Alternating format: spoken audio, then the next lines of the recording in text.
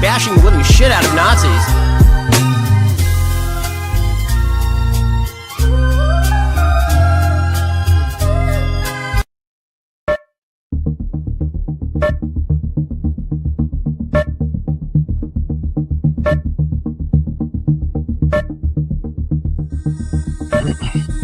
You are watching Blunt Politics with Boston Brian.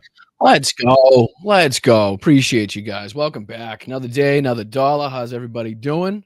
Appreciate you joining me for the purposes of time and knowing what day this is. It is Tuesday, July 29th. I appreciate you joining me. I'm Boston Brian. This is Blunt Politics, the political podcast that sifts through the propaganda, the lies of the mainstream media, Donald Trump, the Republican Party, and kind of breaks it down for not only myself, but for the everyday normal people in this country who are affected by these policies and the stories that we talk about. Just like every other show that we do as a political podcast, there is just more stuff to talk about than minutes than we have in the show. So we're going to try to get right to it. I appreciate you guys once again for hitting that like button, signing up for the memberships, becoming a Patreon member, sending the Venmos. You guys are unbelievable. Thank you so much for everything that you do. Let's say hi to the chat. Let's say hi to the mods. Thank you, mods, for keeping this place a safe space for everybody to get their ideas and opinions out there. Thank you, Rox. Thank you, Tiff. Thank you to anybody else that shows up in there to fight for that chat. Thank you to WW, Jupiter Judy, Christopher, what's going on, my man? How are you? Barbara, how are you? What's going on? James, Steve, Laura, Jin, Nicholas. We got the whole crew. Yvonne, how are you? John, how are you? What up, Red Wave? Etch, how are you? Roxanne, Mistress, Oasis Girl, how are you? Rosanna, how are you?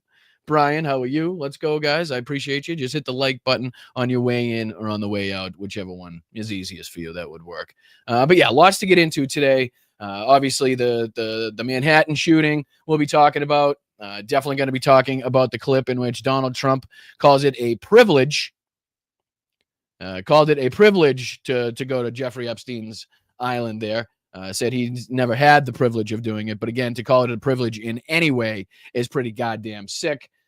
We'll also be taking a look at Asen's latest clips of Donald Trump's dealings with either the Prime Minister, Keir Starmer, or, you know, what he's been going through today. We also have like Nordez right off the bat. Let's go.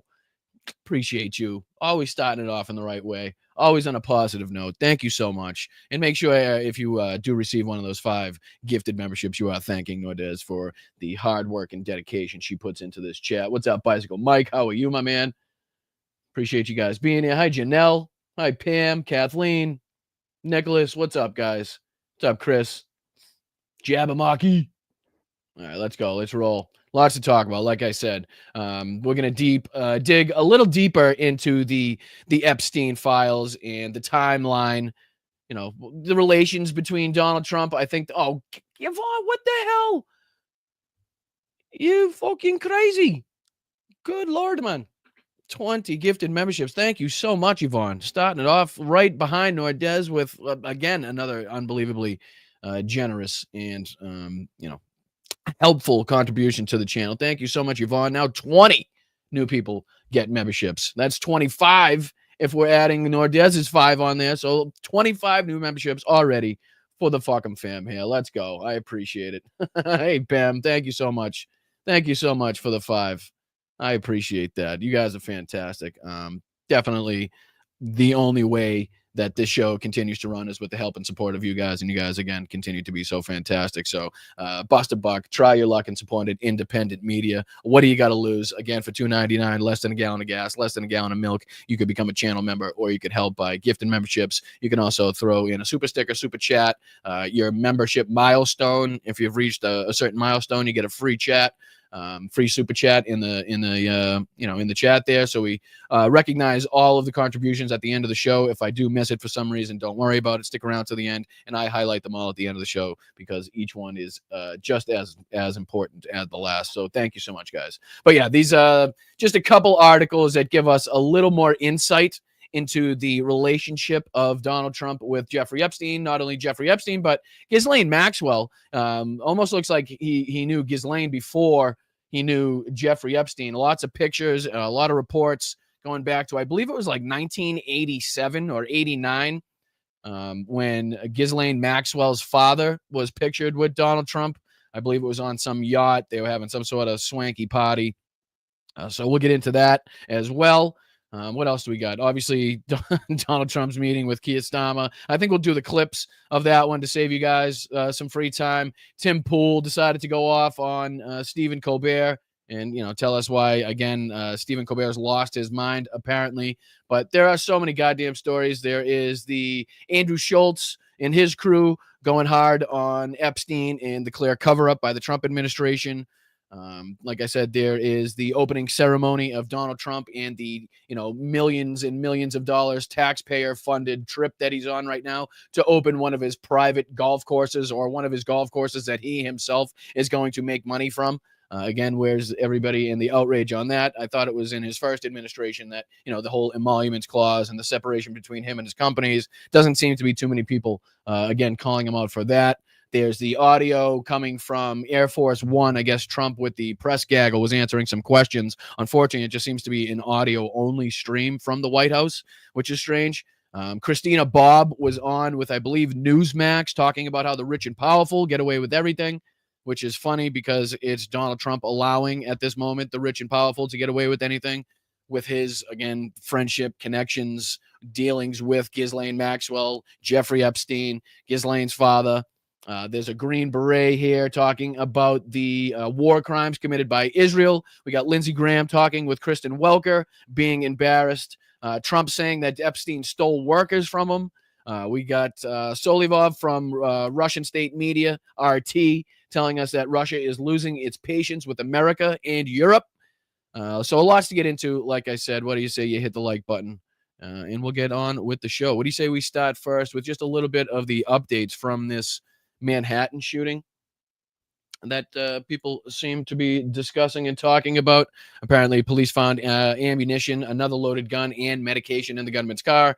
Yesterday, if you're not up on the story here, let me see if I can make it just a little bit bigger. Maybe you guys can read that, at least the what we know. What happened? A lone gunman killed 4 people in Midtown on Monday before fatally shooting himself in the deadliest gun attack in New York City in 25 years. The shooting happened at a Park Avenue skyscraper that includes corporate offices for the National Football League.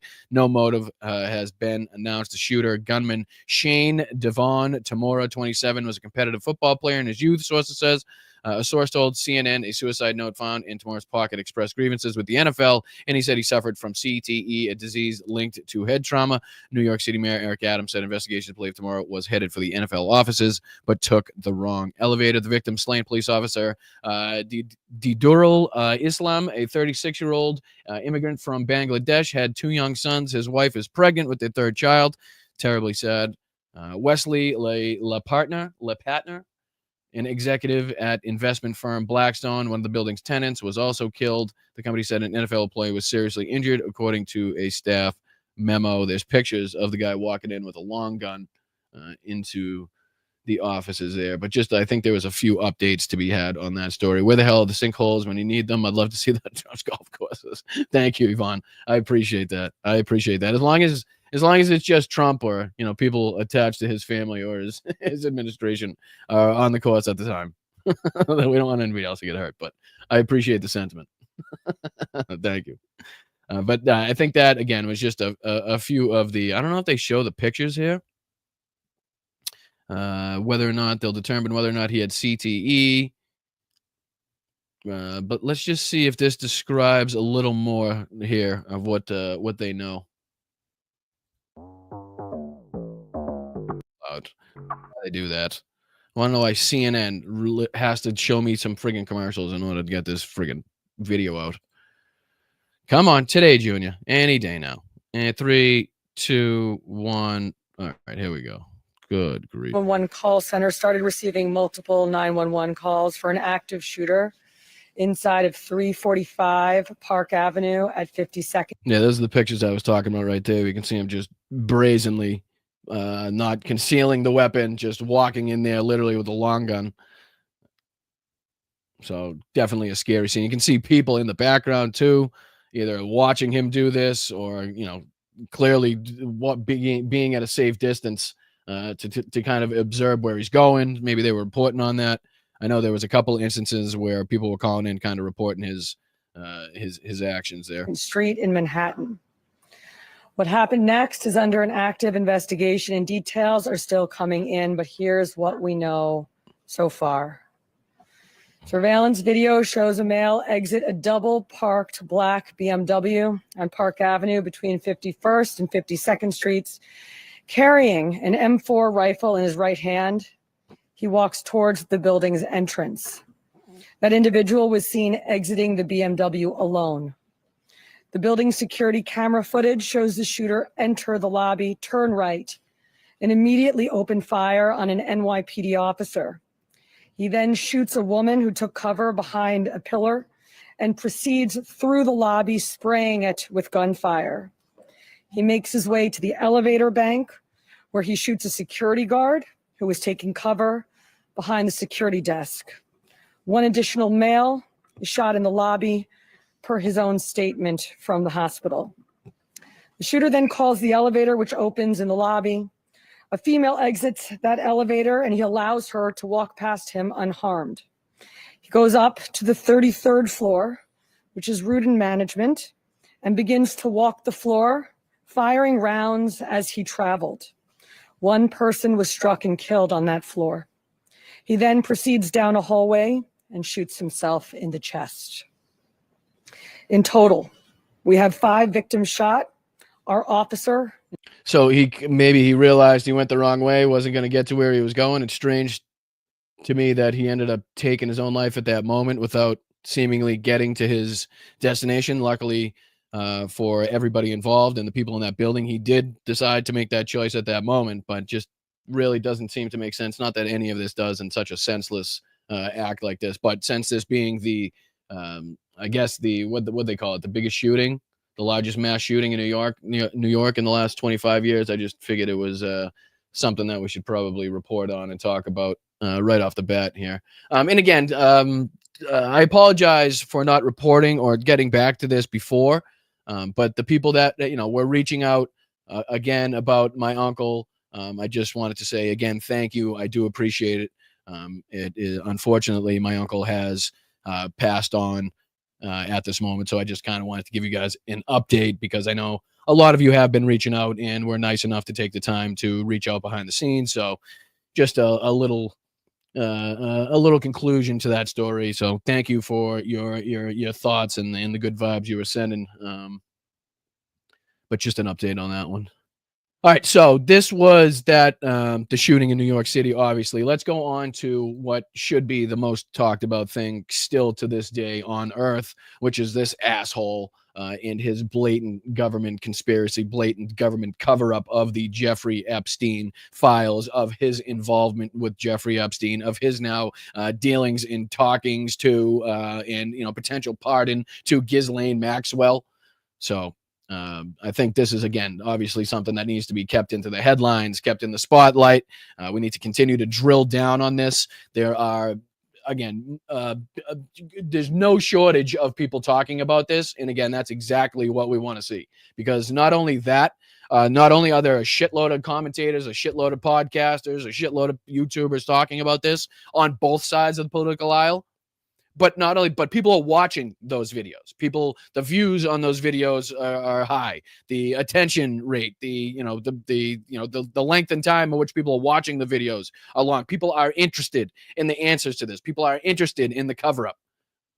People are, again, incensed, infuriated by the obvious and the blatant distraction attempts by the president, by Donald Trump and his administration, which seemingly aren't working, again, for either side of the political aisle. But this is Donald Trump. I just wanted to play this because this is one of the grosser moments in this whole thing, where Donald Trump actually goes on to say in a meeting with the UK Prime Minister Keir Starmer that he didn't have the privilege of going to Epstein Island.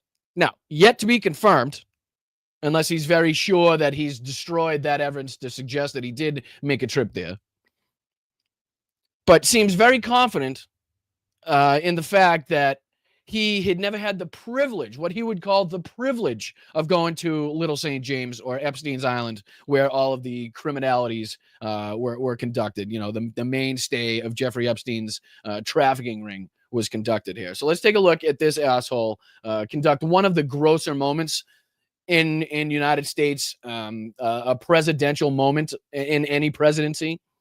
I mean, just absolutely fucking disgusting. I think the theme around social media was just like one embarrassment after another for the United States. Every time this guy opens his mouth as it pertains to this story, every new head of state he meets with, it's just a continued and ongoing embarrassment by this guy. Check this out. He was the head of Harvard. And you might have to turn it up a little. My apologies. Just kick it up a little. I'll play the whole clip through so it's not back and forth.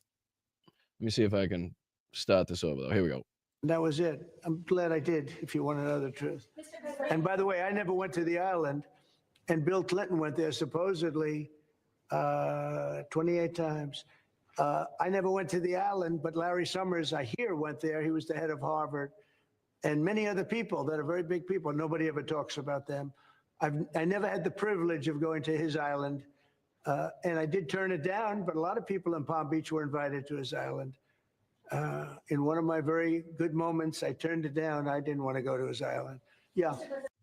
The privilege of going to Epstein's Island. I mean, even somebody that has half their brain missing, even somebody that, probably has no grasp and maybe is at like a third grade reading level would be able to be like, you know what? That guy is a disgusting pig, right? People dislike that guy very much. Maybe I should refrain. Right? Maybe I should, stay away from the words, the glowing praises, or at least calling it a privilege of going to that. Like, what in the hell are we talking about here? I mean, just the most embarrassing moments we could possibly think of. Again, coming from this moron in front of like the most important people in the world, in front of the cameras. And we have our president up there, the man directly involved with this whole thing, talking about the privilege it would have been for him to go to the island. He turned it down. He was invited. According to him, he turned it down. But it would have been a privilege. Would have been a privilege. I mean, how fucking sick and depraved can you possibly be? You know what I mean? To have the lack of social awareness, right? Even to stop yourself from saying such fucking utter nonsense is crazy. But there's a few more clips from this whole get together, and like I said, I want to spare you guys from the length, the full clip, the full length interview, and let's see if we can just kind of skip around to the pertinent clips of this. Again, I do want to reiterate that this entire fucking thing was a disaster, was an embarrassment. Everything he said was just as crazy as the last, but unfortunately, because of the time restraints that I am under with the show, I'm going to have to again give you the cliff notes. Not that you guys are mad at that, but let's just go through a few of these clips and we can get the sense of, again, just how mentally unstable, mentally ill, how sick and depraved, and how desperate this man is to, again, get something else in the headlines other than the Jeffrey Epstein story. And again, just even above and beyond that, even the questions that don't pertain to the Epstein story, everything that the guy says is embarrassing. Everything that the guy says is a disaster. And he continues and continues and continues. And the look on Keir Starmer's face in multiple instances in this interview, in this press conference, says it all, right? It literally says it all. He's just sitting there like, Jesus Christ, he's fucking talking about the windmills. Okay, yep. Does he know how many windmills are in Europe? Like, does this guy know anything about Europe? But all right, here he is talking about the Gaza Strip once again, as he loves to bring up. He says, we'll set up food centers. We'll do it in conjunction with some very good people, and we are going to supply funds. And we just took in trillions of dollars. We have a lot of money, and we will spend a little money on some food. A little money on some food. Most rapid starvation we've seen in modern history, as we reported on here. But all right, let's see if we can make this a little larger for you guys. Stop it. I'll play it over. Make it a little bigger. Let's see how he embarrassed us in this clip. On what they used to call the Gaza Strip. You don't hear that line too much anymore. You don't hear the Gaza Strip, but it is the Gaza Strip, and it's amazing that it's not being handled a little bit differently. We're going to set up food centers, and we're going to do it in conjunction with some very good people, and we're going to supply funds. I don't know. I'm not sure I really want that. I'm not sure I want his involvement, because the last time I heard of, I don't know, the United States or the CIA's involvement was with that like fucking shadowy fake humanitarian organization that decided to lure Palestinians into their aid sites only to fucking gun them down or drug them or throw fucking gas grenades or, fucking real grenades into the crowd. So I'm not sure I want really any involvement directly from this asshole. Can we get some actual humanitarian aid organizations, some legitimate and reputable organizations in there, and allow Israel and tell Israel to allow them to be able to do the full scope of their work without any restraint, without being handcuffed by the IDF, without the trucks not being allowed in? Right? Is that just something we could possibly get through? Because I don't want this fucking guy's little grubby hands, his fucking minute, tiny little fucking referred hands. to my hands. If they're small, something else must be small. For the rest of my life, I have the curse that I have little hands. Little hands. I don't want them anywhere near this humanitarian aid rescue that needs to be undertaken, this humanitarian aid disaster relief that needs to be undertaken, really. That's just my thought on that, though. And we just took in trillions of dollars. We got a lot of money, and we're going to spend a little money on some food. And other nations are joining us. I know your nation's joining us, and we have all of the European nations joining us, and others also have called, and they want to be helpful. So we're going to set up food centers and where the people can walk in and no boundaries. We're not going to have fences, and they can't.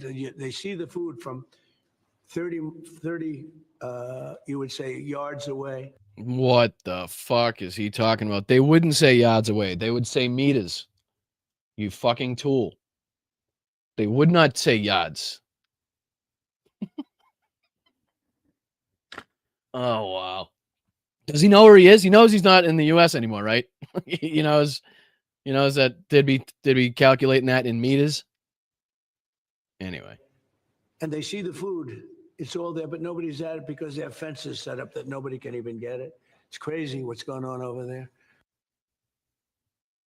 Again, at the behest, at the direction of Benjamin Netanyahu, who, again, you tout as one of your best friends and one of, the leaders in the world that are your closest allies, right? But again, somehow you can't find the balls to stop him. You can't find the fucking soul somewhere down in there, to tell them to tell him to stop this genocide, this ethnic cleansing, because you want to sit there and build Trump Tower or Trump Plaza Gaza as soon as everything is done and said and done. You know what I mean? He can't wait to get his fucking properties in there. So he's acting like he's mad about the whole humanitarian aid disaster, but really in the background, he's got his architects drawing up blueprints and designs on Trump Plaza Gaza, the world's biggest casino that's going to go on the waterfront, oceanfront property that he calls, the Gaza Strip there. But that's just one of the clips here. Again, embarrassing us to no end. Here he is. He's talking about, is this still set up to food centers? I think that's some of the same clip there. Here he is on Russia because, again, ladies and gentlemen, how long ago was it that we reported on this show that Donald Trump won on top of the 2-week pause that he gave Russia now probably 5 weeks ago? He was now implementing a new policy that was given Russia a new 50-day pause. He was now giving them now 50 days in order to, I don't know, seek some peace or show some signs, that they were willing to negotiate. I don't know, who knows? But now that has now changed again because Donald Trump, I guess, is now going to come up with a new deadline, but that deadline is going to be come up with 10 to 12 days from now. So I don't know how many days it's been since he offered this 50-day pause. But now we can add 10 to 12 days onto that before a new deadline is given, apparently, to Russia. So, again, see if you can make sense of any of this. And this is what he does. He just confuses the shit out of people. It's like his tariffs, right? Like half the people in the world don't know what tariffs are now in place, what tariffs are on pause, what tariffs were called off. I mean, we don't know. There was a pause here. Nope, that's not a pause. Nope, there's not a pause there, but that company definitely has a way around it. Nope, okay, no, it definitely, okay, now it's a 90-day pause. So people are like, okay, I don't know if that's on, it's off. I don't know what's going on.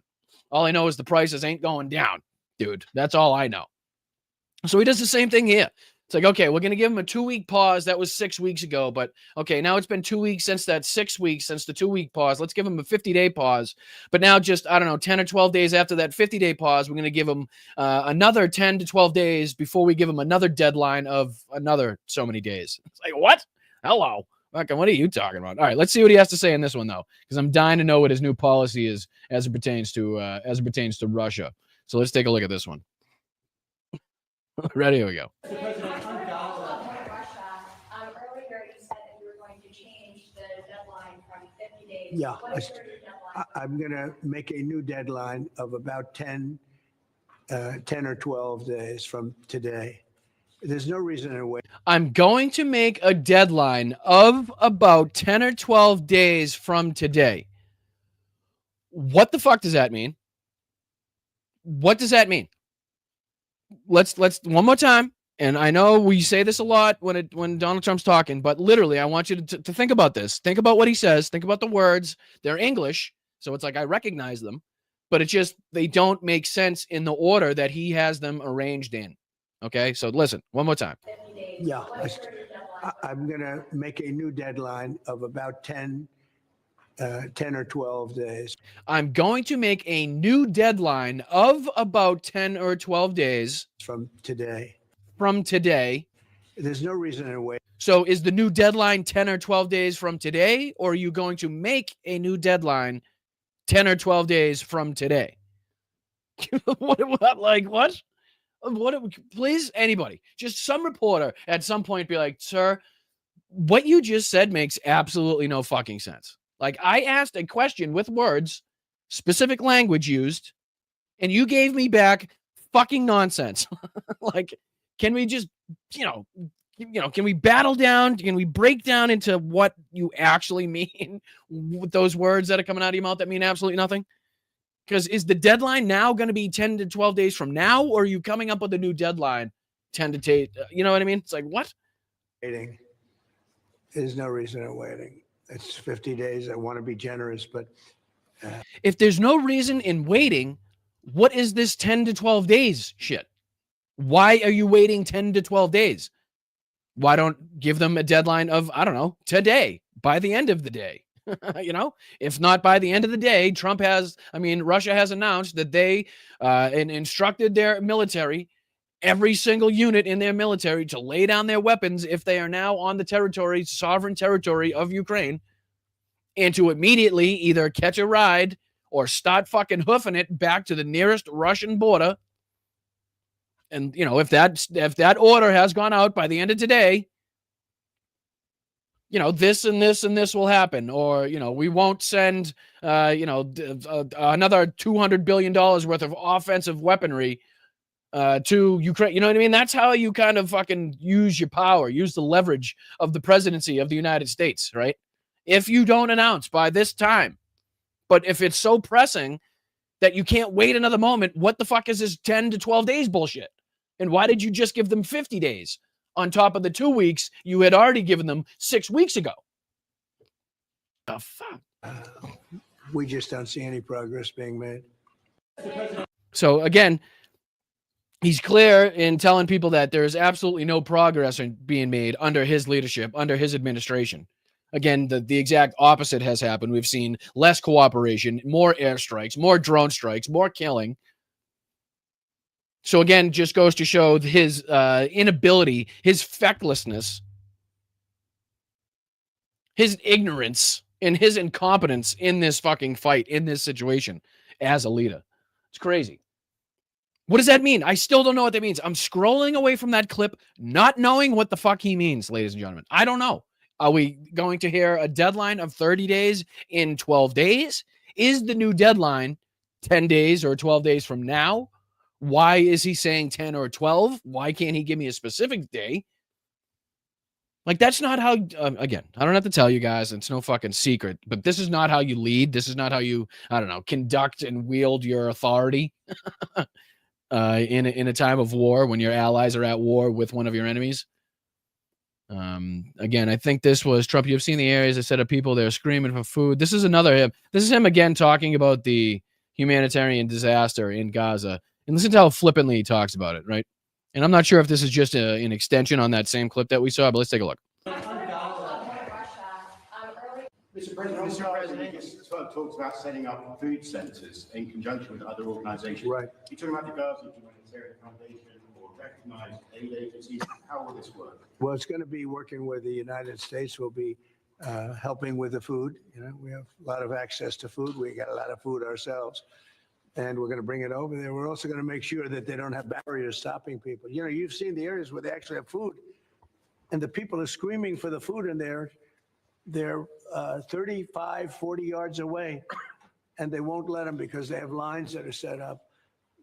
And whether they're set up by Hamas or whoever, but they're lines. Right. No, it's Hamas setting up the lines into the humanitarian aid centers, that are literally fucking secured by the IDF.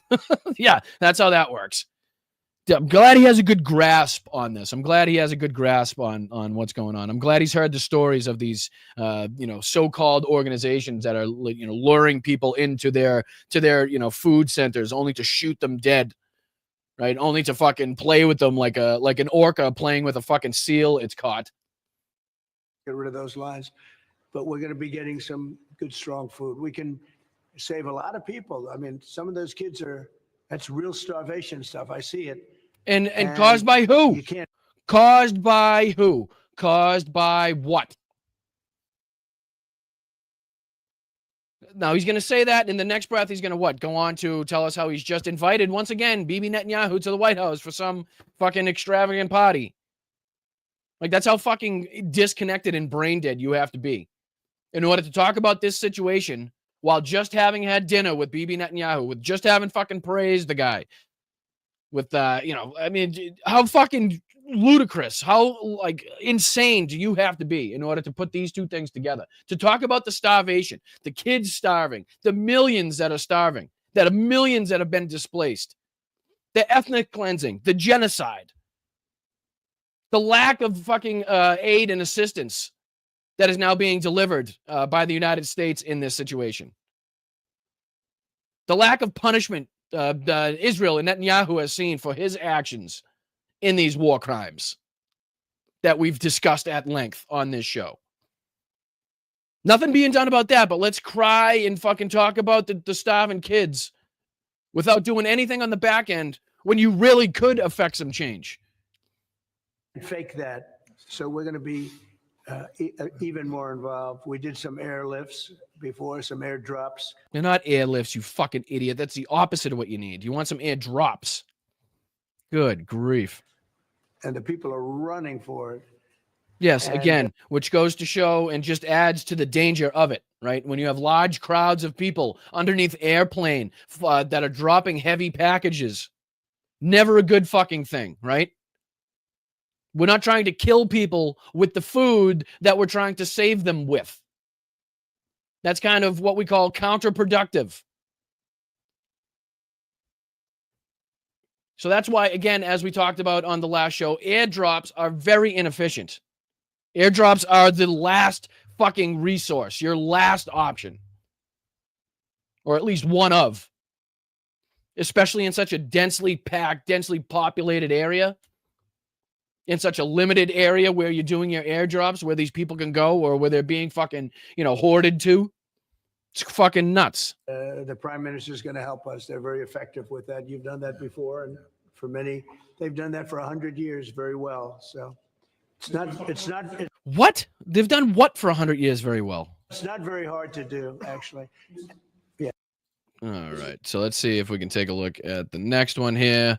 I don't care about Linda McMahon. This is Trump talking about his mother in Scotland. Let's see what embarrassing shit he had to say in this one. Right.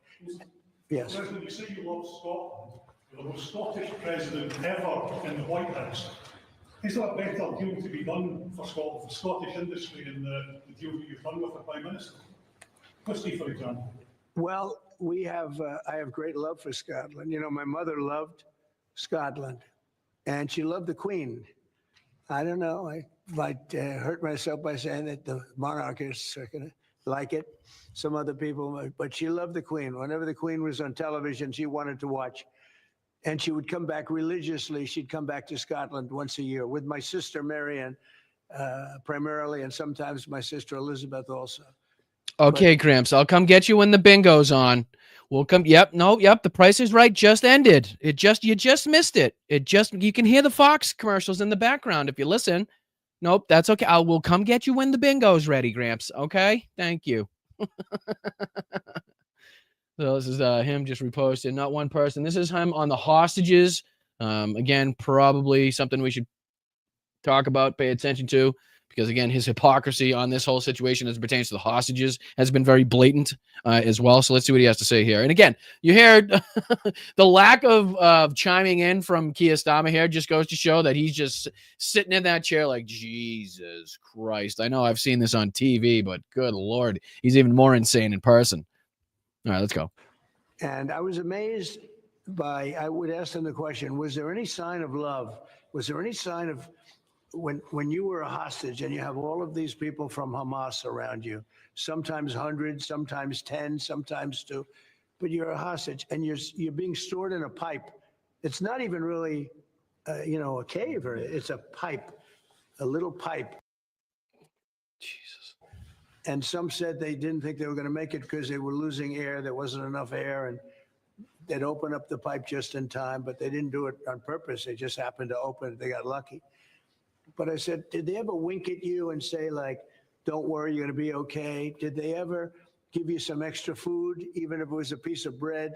Did they ever give you anything during that time? And some were there for 400 or 500 days now, right?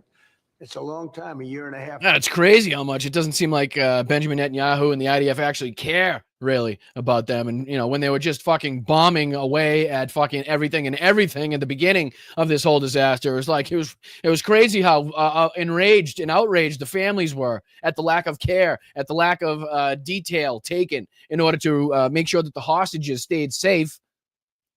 It's crazy how they just, disregarded their own people's lives and decided to just bomb the entire area. Or even when they were released and they came out with white flags, it's crazy how Israel shot them dead on the spot. Their own hostages. It's crazy. Have you talked to Netanyahu about that, Trump? More than that. And not one person said there was any love from anybody. In other words, you have hundreds of people, and you see it in the movies where somebody's a prisoner and somebody's helping you. It's just what you want to. It's just what you want to relate that to. It's just what you want to relate that to is Hollywood in the movies. Again, the only thing that Donald Trump's addled mind goes back to, right? You can almost fucking what are the you can pretty much name the 3 or 4 movies or whatever he's seen from the shit that he talks about, right? So when he talks about the Untouchables and he talks about what the hell is his name? Fuck, now I'm not even gonna think of his name. Where he goes, "Oh man, you can't do that. He'll hit you if you have dinner with Scarface." Right, if Al Capone, if you have dinner with Al Capone, he'll hit you with a baseball bat, right? Because that's a scene in the movie The Untouchables. There's a few more instances where it's like, no, that's just a movie, dude. That's not history. That's what they did in the movie. Like do you think that's how it really happened? Do you think that's what really took place? We even see it with Germany, where people would be let into a house and live in an attic in secret. You know, you see signs of some. You know what he should probably do in this situation to make it even worse is to, I don't know, reference the Holocaust or, I don't know, the Nazis that are seemingly on his side and devout supporters and cultists of Donald Trump at this moment in time. But it's about the only way he could probably go on to embarrass us any further in this position. So, again, the movies, Germany, the Holocaust, Gaza, hostages, take it away. I said, did you see anything like, did they wink at you? Did they say, don't worry, you're going to be okay? I ask that question all the time. I've never received one answer that said, yeah, they really wanted to help. No, the hatred is just incredible. Yeah. Jesus Christ. I mean, can you imagine being that fucking brain dead and ignorant on these situations? Honestly, could you fucking even possibly imagine being like, you know what? Oh, here he is again. Talking about who's he talking about? Oh, the mayor of London. Again, just further embarrassment. Because Keir Starmer has obviously got to work with these people, right? When he goes back home. So when Donald Trump talks about what a terrible job he's done, what a nasty person he is, and it's Sadiq Khan whom he's talking about. So let's just talk about. You can figure out just by the name of the mayor of London, Sadiq Khan, why Donald Trump, why people in Donald Trump's administration, why MAGA and his base might have a problem with Sadiq Khan. I don't think it should be any mystery. So let's just take a look at this quick clip here of him once again embarrassing us on the world stage. And Keir Starmer has to come in and be like, well, actually, he's a friend of mine. As the prime minister of the country that he is mayor in, I should probably have, a good working relationship with these people. So yeah, let's take a look at this fucking embarrassing moment. Yeah. About what? Will you visit London during the state business? I will. I'm not a fan of your mayor. Why not? I think he's done a terrible job, the mayor of London, but a nasty person. Focus on Keir Starmer's face. Focus on Starmer's face here. I think he's done it. I think He's a friend of mine, right? I think he's done a terrible job, but I would certainly visit London. Yeah. I mean, just utter embarrassment, utter bewilderment by people sitting next to him again that are not used to. I mean, these people are used to on a daily basis working with at least semi-professional people that even in like a drunken stupor or like a late night that they've had with fucking God knows who, still have like a better sense of mind, still have better connection to reality than Donald Trump has ever had in his entire life. It's fucking crazy. But all right, let's take a look at this new article. Well, not new article, but let's take a look at this article that I was taking a look at here. It came out on the 25th about the Epstein files timeline, raises real questions for Trump. And there's just a few details. And again, I wanted to just, reiterate and refresh everybody's mind as to the close ties between these two, because, we're not blowing smoke. Lefty creators and MAGA podcasters and whoever else is talking about this isn't blowing smoke when we're trying to get it through to you guys, the real connection, the real friendship, right? Whether it be financially and also in the criminalities engaged in by Jeffrey Epstein, Ghislaine Maxwell, and the other people associated with these crimes. This is a Politico. This is an article in Politico. I'll see if I can link it in the description after this is done. But it just kind of goes through a little bit of the timeline of this whole thing. Not so much I don't want to say the past, but at least what's happened recently, like I said, where such as on January 30th, with Kash Patel vowed to expose Epstein's connections. It gives his words. February 21st, where Pam Bondi says client list is sitting on her desk. February 27th, Bondi hands out the Epstein files, phase 1, in those binders and Bindergate that we talked about. Then Bondi reportedly tells Trump his name appears in the Epstein files. We don't know the specific day. May 7th, Bondi references tens of thousands of videos. DOJ memo goes out July 7th. July 8th, Trump calls Epstein questions a desecration. July 12th, Patel defends DOJ memo. 13th, Trump defends Bondi. 15th, Trump downplays Epstein, calls it boring. 15th, also, Trump claims Bondi never told him about his name appearing in the files. The 16th, Trump calls Epstein case a hoax invented by radical left Democrats. July 17th, Caroline Leavitt, no special prosecutor for Epstein. Also on the 17th, Wall Street Journal reports Trump allegedly wrote Epstein a racy letter to mark the disgraced financer's 50th birthday in 2003. Also on the 17th, Trump asked Pam Bondi to unseal grand jury transcripts. 18th, Trump sues the Wall Street Journal over its report. July 22nd, Trump urges DOJ to go after Obama. There's just so much to this. There's so many examples of trying to distract and trying to obfuscate in the lies, in the hypocrisy that, this was a good article, I believe, and just kind of catching you up at least on what's happened recently as far as the words, the statements from this administration and the people of it. And how that has changed in just such a short time period, right? And then there's also articles like this one that go back and detail Trump's friendship with Ghislaine Maxwell was once a liability, and now it could save him, right? Talking about, Todd Blanche's meetings with Ghislaine Maxwell, the possible pardon, whether or not Ghislaine's going to come out and try to, again, defend Donald Trump and say maybe he wasn't involved, and this administration is going to try to get us to believe Ghislaine Maxwell's testimony or words, or, this whole thing is just one liar getting another liar to attempt to lie for the other liar, right? I mean, so there's literally nobody in this instance that we should trust. But let me see if I can make this just a little bit bigger for you guys. Are you going to be able to read that all right, yeah, here we go. All right, so let's just read a little bit into this, and maybe you learn something that you didn't previously know. So Donald Trump was crazy about Ghislaine Maxwell from the very start. Maxwell, the Oxford-educated daughter of a billionaire publishing tycoon, was exactly the kind of company the future U.S. president liked to keep in New York in the 80s.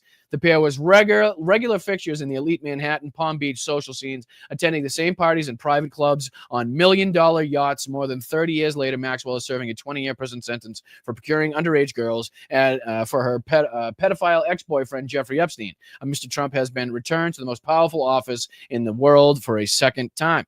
The president's relationship with the couple has become his biggest political liability. On Tuesday, the Trump administration announced the Department of Justice, the DOJ, was seeking to speak to Maxwell about what she knew of the so-called Epstein files. Trump had been under immense pressure from the Republicans and his MAGA base after the DOJ and FBI earlier this month, noting that he would be shared, DOJ said earlier this month that nothing would be shared with the public and that the financier had taken his own life. Their refusal to engage with this case further only served to increase the furor around it and Mr. Trump's links to the couple. Some MAGA supporters saw it as confirmation that the deep state was conspiring to protect elites by keeping back information, including an Epstein list of names. Meanwhile, Alan Dershowitz, Epstein's former lawyer, yada, yada, yada, the guy that said he was only in his underwear, like he never took his underwear off, and that's supposed to, abstain him from this and clear him of culpability, told the New York Post that he was certain Maxwell was aiming to make a deal in her discussion with the DOJ. If that's the case, her decades-long friendship with the president may just be his greatest weapon, especially if she can distance him from any of Epstein's crimes or implicate any of his political enemies. Many MAGA world commentators have noted that Bill Clinton, the former U.S. president, repeatedly flew on the finance private jet. Exactly when the pair met is unclear, but it would have been likely sometime in the late 1980s, guys. In the late 1980s. And everybody loves to talk about, Donald Trump and fucking, he told Jeffrey Epstein off and they had a fight over some real estate deal. And, he stole a couple of my workers and, I didn't like what he did. And I said I didn't want to go to his island. And it was around the time that this shit was coming out, right? Which is what like Walt Nauta, the statement, and Stephen Chung, the statements that they love to put out, which is like once Donald Trump heard of the publicly known information, he decided to tell Epstein to kick rocks type of shit. Well, unfortunately, that doesn't clear him of his culpability and his knowing, and his dealings in relationship with Ghislaine Maxwell dating all the way back to the late 1980s. Quote, Donald liked Epstein, but he was crazy about Maxwell, a very charming lady, Steve Hoffenberg, a former business associate of Epstein's, who also knew Mr. Trump, told the Washington Post before his death in 2022. Newspaper accounts placed Mr. Trump and Maxwell at a party on her father's yacht named Lady Ghislaine after his youngest and favorite daughter in May 1989. Now, let me see. I think there's actually a photo. Let me see if I can get rid of this one. That one. I'm going to see if I can open a new. I think there's a photo from this too. Trump, Ghislaine's father yacht photo. Images. Let's see if I can find the correct one here. All right. This is it, I believe, if I'm not mistaken. Let's see if I can share this tab instead here. So before President Trump wished Ghislaine Maxwell well, which we all remember, reported on this show when it was, we actually had the drop for a long time. They had mingled for years in some gilded circles. Let me click this out of the way. Let me see if I can just get down. Oh, get out of here. No. What is this? Can I at least just see the pictures? No, it's not going to let me. Here's another fucking an example of paying to play, ladies and gentlemen. You got to pay to play, which I refuse to do. So let me see if I can, I'll just share this tab instead. But this is the picture I'm talking about here, just above my head, right? And if I'm not mistaken, this here, this chubby, fucking Don Vito looking motherfucker with the blue bow tie on, I believe is Ghislaine's father. Let me see if I can scroll down here because I do believe Trump was also in a photo of them on, oh, this is it right here. My apologies. My apologies. I honestly, I was so focused on her father, I didn't even see the sexual predator to the left there, right? So this goes back a long time, ladies and gentlemen. This is not something new, right? This is not like, remember when Donald Trump said, I barely know her, right? I wish her well, but I barely know her. Fucking, we used to run, because we were in West Palm Beach. Let's take a look at that again. Trump wishes Maxwell well. Let's take a look at that video. Let's see here. Is there like an extended version? Trump says he wishes Ghislaine well. Yeah, ready? Here we go. The president's first pandemic briefing since April, a bid to reassert control of America's growing crisis. Well, thank you very much. For the most part, Donald Trump stuck to script, coming apart more in the questions from journalists.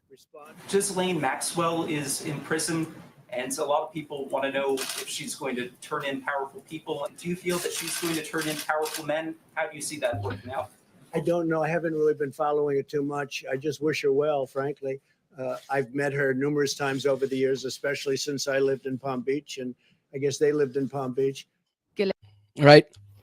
I wish her well. Again, that's kind of like calling, that's kind of like saying that going to Jeffrey Epstein's island, where he was known for committing and other people engaging in some of the most heinous criminal acts, sexual acts with underage girls, as a fucking privilege, as Donald Trump described it in the clip that we showed earlier.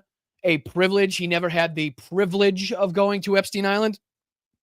Pretty much on the same plane as this. Wishing her well, wishing a pedophile, wishing the madame that set up that went around and recruited girls from Eastern European countries, knowing that once they got them to the United States, they would have them here by their balls. They would be handcuffed to the United States, not being wanting to be sent back to this Eastern European country to whatever shitty situation they were stolen from, or kidnapped from, or bought from. But also probably knowing that because they were bought and paid, that the person isn't going to take them back anyway, right? So let's get back to that article, again, detailing the long relationship with these two, right? So guests drawn from across New York's social and political cultural elite slipped off their footwear before boarding a 180-foot yacht where they sipped champagne, nibbled caviar flown in from Paris on Concorde, and salmon served from the vessel's stores by shoeless waiters, according to one report. 1970s Playboy's Baroque. Mr. Trump was captivated by the spectacle, according to John Preston, a Robert Maxwell biographer. Removing his shoes, with obvious reluctance, he handed them to Robert Maxwell's valet before donning his blue booties. Trump then stood gazing at the yacht's decor, describing by one visitor as 1970s Playboys. But Simon Grigg, Robert Maxwell's valet, noticed a peculiar expression come over the New York businessman's face. It was almost like he was in awe, but didn't want to show it, he recalled. When the publisher was found dead in 1991 after apparently toppling from his yacht into the Atlantic Ocean, the Trump Plaza Hotel hosted a memorial in his honor. Whether Mr. Trump was presented is whether Mr. Trump was president is not recorded, but the event was the first time Epstein and Maxwell were pictured together. Images were later widely circulated by prosecutors building a sex trafficking case against former couple. So this is the party that the Trump Plaza Hotel threw for Ghislaine Maxwell's father, who suspiciously and apparently fell off his 180-foot yacht into the Atlantic Ocean, was the first time that Epstein and Maxwell were pictured together, if you did not know. So again, just another added layer in Donald Trump's involvement in not only the sex crimes, but also the setting up of the relationship, the literally the building of the foundation of the relationship between Trump, Ghislaine, and Jeffrey Epstein. Right? Epstein, dressed in his evening wear, grins at the 29-year-old Maxwell, with whom he appears to be in the middle of a conversation as they sit next to each other on the red velvet chairs.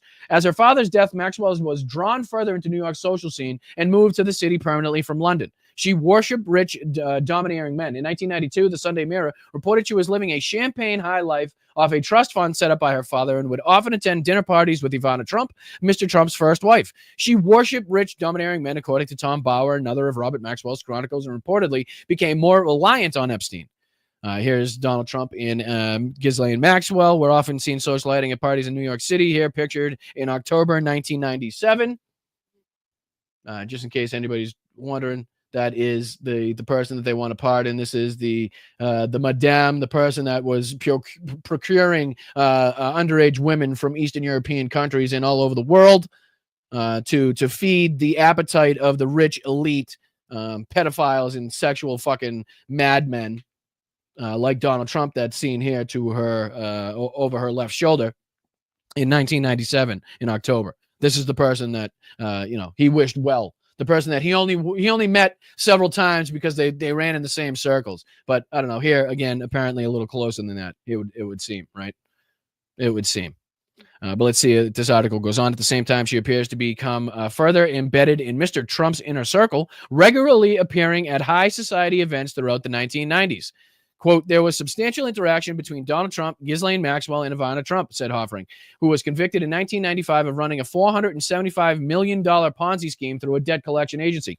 Every single person is corrupt. They're either a sexual predator or a financial fucking criminal or a fraud or a con man in both ways. It's fucking crazy. Every single person that is connected to Donald Trump.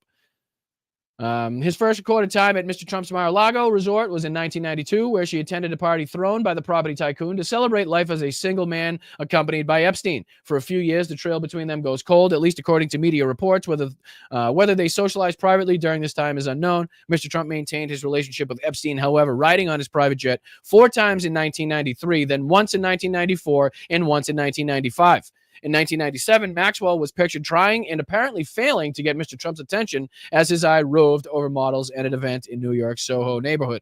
The same year, flight logs released. And it's funny how Donald Trump referenced in this clip here. Where was it? Where was it? I forget where I had it now. Well, it's in the clip that we just showed here where Trump is wishing her well. It's funny how he referenced Palm Beach as being the reason that they know each other, as the reason they were pictured so many times together. When a lot of these cases, a lot of these instances were from a long time ago in New York City. Right? So I don't know what the fuck he keeps bringing up West Palm Beach. I know that was another place where they lived very close together, and there's even like maps and shit going around online to depict just how close Donald Trump lived to Jeffrey Epstein, whether it be in New York, whether it be in Florida. It doesn't matter. So in the same year, flight logs released via court filing showed Mr. Trump flew on Epstein's plane with the financier and Maxwell to Newark. Mr. Trump attended a dinner organized by Maxwell at Epstein's mansion in Manhattan in honor of her close friend, the Duke of York, in 1999, according to the New York Post. The Republican who often refers to his mother's affection for the Queen Elizabeth II and speaks warmly about the royal family is likely to have appreciated being introduced to the fourth in line to the throne. Maxwell was reportedly playing the same role she had for her father by helping Prince Andrew navigate New York's social scene, but the socialite was also opening doors for Mr. Trump. The meetings may have paved the way for the Duke holidaying at Mar-a-Lago in February 2000, one of 8 vacations that year. The Evening Standard noted that at the time, he was spending more time with her than his own daughters, it noted. The same month, Mr. Trump was pictured attending a party at the resort with his then girlfriend, later to be third wife, Melanie Naus. Melania, excuse me. I said Melanie. Plus Maxwell and Epstein. Andrew was also pictured at the same event. Virginia Giuffre, an Epstein victim, said she was 17 years old and working as a spa attendant at the Palm Beach Club in mid-2000 when she was recruited by Maxwell to work as a masseuse for Epstein, who then started sexually abusing her. Mr. Trump and Maxwell appeared on good terms, who then attended an Anna John fashion show in New York. A shorter time later, sitting side by side in the front row and posing for the cameras. 2 years later, they were photographed grinning for the cameras with Melania and supermodel Naomi Campbell at the Dolce & Gabbana event. The friendship seemed to have continued into 2003 when Mr. Trump reportedly attended another of Epstein and Maxwell's dinner parties as the pedophile's New York mansion. Here you can see Donald Trump, Melania, Ghislaine Maxwell, and Naomi Campbell. This is again in November 2002, according to recent reporting by the Wall Street Journal. It was also in 2003 that Maxwell compiled a leather-bound album for Epstein's 50th birthday. Among the letters she allegedly included was a birthday note from Mr. Trump, which imagined a cryptic conversation between the two men in which he told his friend that they had quote, certain things in common. This is Donald Trump and Jeffrey Epstein had certain things in common.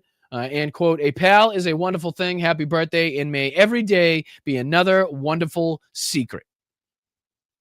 One can only imagine what that means between these two sick fucking monsters. Mr. Trump has fiercely denied wrong writing or sending the letter, which reportedly featured a drawing of a naked woman in permanent marker with his signature as the pubic hair. Don't forget to put that in there. It is unclear whether the relationship between Mr. Trump and Maxwell survived the rupture in his friendship with Epstein in 2004 over a Florida real estate deal, which eventually saw the financier banned from Mar-a-Lago. That's the story they'd like you to believe. But if he bore a grudge against the woman who had been his friend for more than a decade, he did not show it as late as 2020 while grappling with COVID pandemic. The U.S. President, Mr. Trump, still had warm words for Miss Maxwell, which we just played, about her prosecution on sex trafficking. He just said, I wish her well. Frankly, I haven't been following it much. I've met her numerous times over the years, especially since I lived in Palm Beach, and I guess they lived in Palm Beach, he guesses, even though the 99% of the stories, pictures, and accounts that we just talked about were from New York City. Speaking to Piers Morgan on Tuesday night, Maxwell's brother Ian praised the president for his 2020 comments. I don't think that anyone showed the slightest bit of humanity, not anybody at that time, and yet he did. He told Morgan's uncensored show he didn't need to. He's the president of the United States, the most powerful man in the world. He could have just sloughed it off. He didn't. Mr. Maxwell added, even after Epstein's apparent suicide in Manhattan jail in 2019, and Maxwell's sex trafficking conviction 2 years later, their relationship isn't over. Maxwell could rescue Mr. Trump from his biggest political crisis since taking office. Some have also suggested the president could seek to reach a quid pro quo with his former friend, floating a pardon or sentence reduction in return for useful information decades after they first met. With one behind bars and the other in the White House, the pair can still be used to each other. So again, more reporting on Ghislaine Maxwell's court filings in her files, the final brief to Supreme Court before justices consider review. But again, more highlighting, more insight as to the relationship. Again, not everybody knows the backstory. Not everybody knows just how in depth their backstory and relationship in history goes. Right? When we talk about this going back to the late 80s, when we talk about Donald Trump sitting there being pictured with Ghislaine's father, This goes a lot deeper than just Donald Trump and Jeffrey Epstein being two rich pricks that like underage girls and see a use for each other. This was a long-lasting relationship between not only Donald Trump and Jeffrey Epstein, but also Donald Trump and Ghislaine Maxwell, who again has just as much guilt, has just as much on the line here, is as just as much responsible for this as Jeffrey Epstein was, right? So again, the case continues to grow. The fucking file just gets thicker and thicker and thicker as to Donald Trump's involvement with Jeffrey Epstein. It's fucking wild to see. It really is. It's not going away for Donald Trump. Just put it that way. It's not going away for Donald Trump, right? And it's a good thing for us that it's not, and we intend to use that to our full advantage in not only getting justice, not only bringing people to justice, and having these fucking sick pricks that are still walking amongst us, thrown in jail and brought through the judicial process, but also to our political advantages as well. Because, the sooner that we get people realizing what this administration really stands for and what they really have done in their past and what they're really actually trying to cover up now, the sooner I hope that this country realizes that this fucking party needs to go. This administration needs to go. And that the only way forward is to vote for fucking Democrats that are going to fight for the people. Right? All right. So before we get on to Tim Pool's take on Stephen Colbert, I do want to just talk about and thank once again Ken Casey and the Dropkick Murphys for having Mel and I, inviting us to their show, giving us the backstage experience. It was absolutely fucking epic. It really was. To be able to literally drive to the main stage with the band in their van was an experience all in itself. We got to literally stand just behind the band on the stage at the Warped Tour as, 50, 60, 70,000 people were going crazy. I did take a couple videos, couple pictures. Let me just see if I can, got a couple here that I could show. So this is one, this is one of the views. This is one of the views. Let me throw this up there. So this is one of the views from backstage. Obviously you see Ken there. These are posted to Blue Sky if you want to check these out at bostonbrian.com on Blue Sky. Here's another one that they were playing, right? There's a few good ones though. Hold on, let me see here. There's a few. Let me see if I posted a video. It should be a video I posted as well. Yeah, here we go. Ready? We'll see if I can play this for you guys.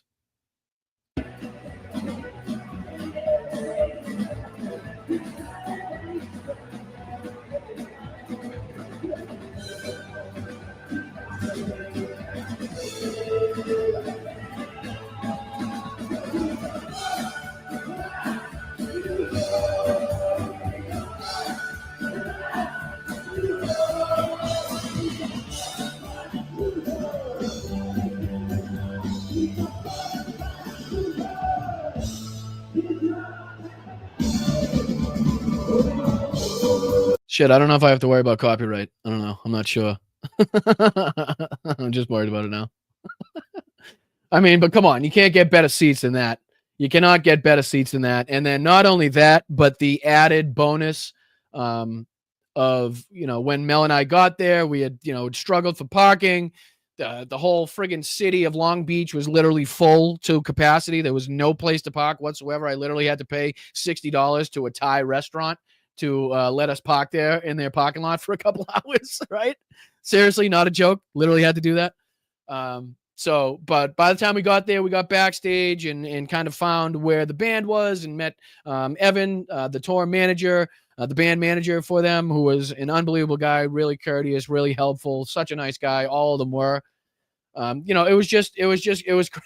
was crazy, and there was so much going on. And Evan was nice enough to say, hey, Ken's doing some vocal warm-ups, but he wanted me to introduce you to a very special friend of his, and he took us over and he said, hey, this is Michael.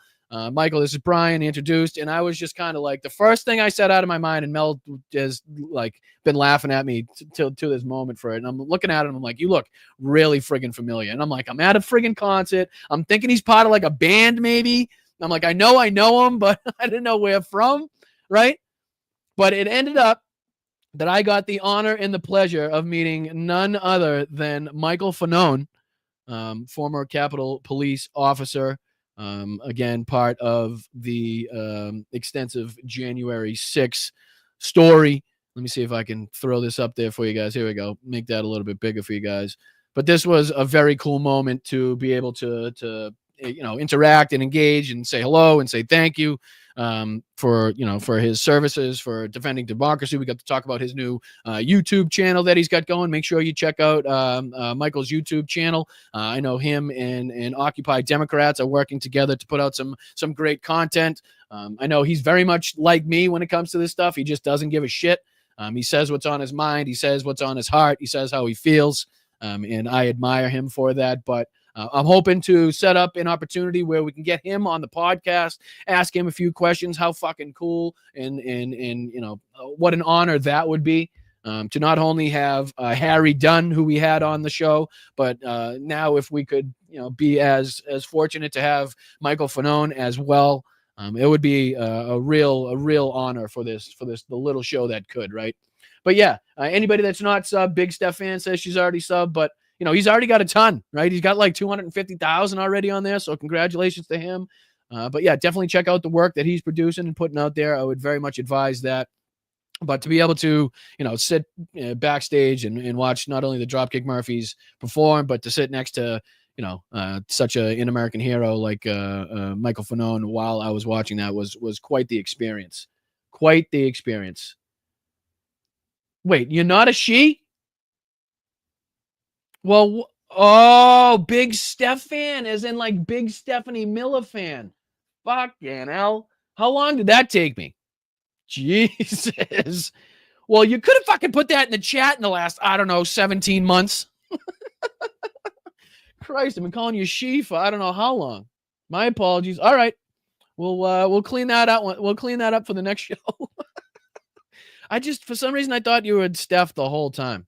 That's my apologies. But there was also like some other accounts that were posting videos of this, of the show that they were taking from the concert angle, from being in the from being in the crowd, which you can kind of catch me on the left-hand side of the, of their shots, which is pretty funny. Like that's how on the stage I was, like people that were just trying to take videos of the band playing songs, like literally couldn't help but get me in the shot.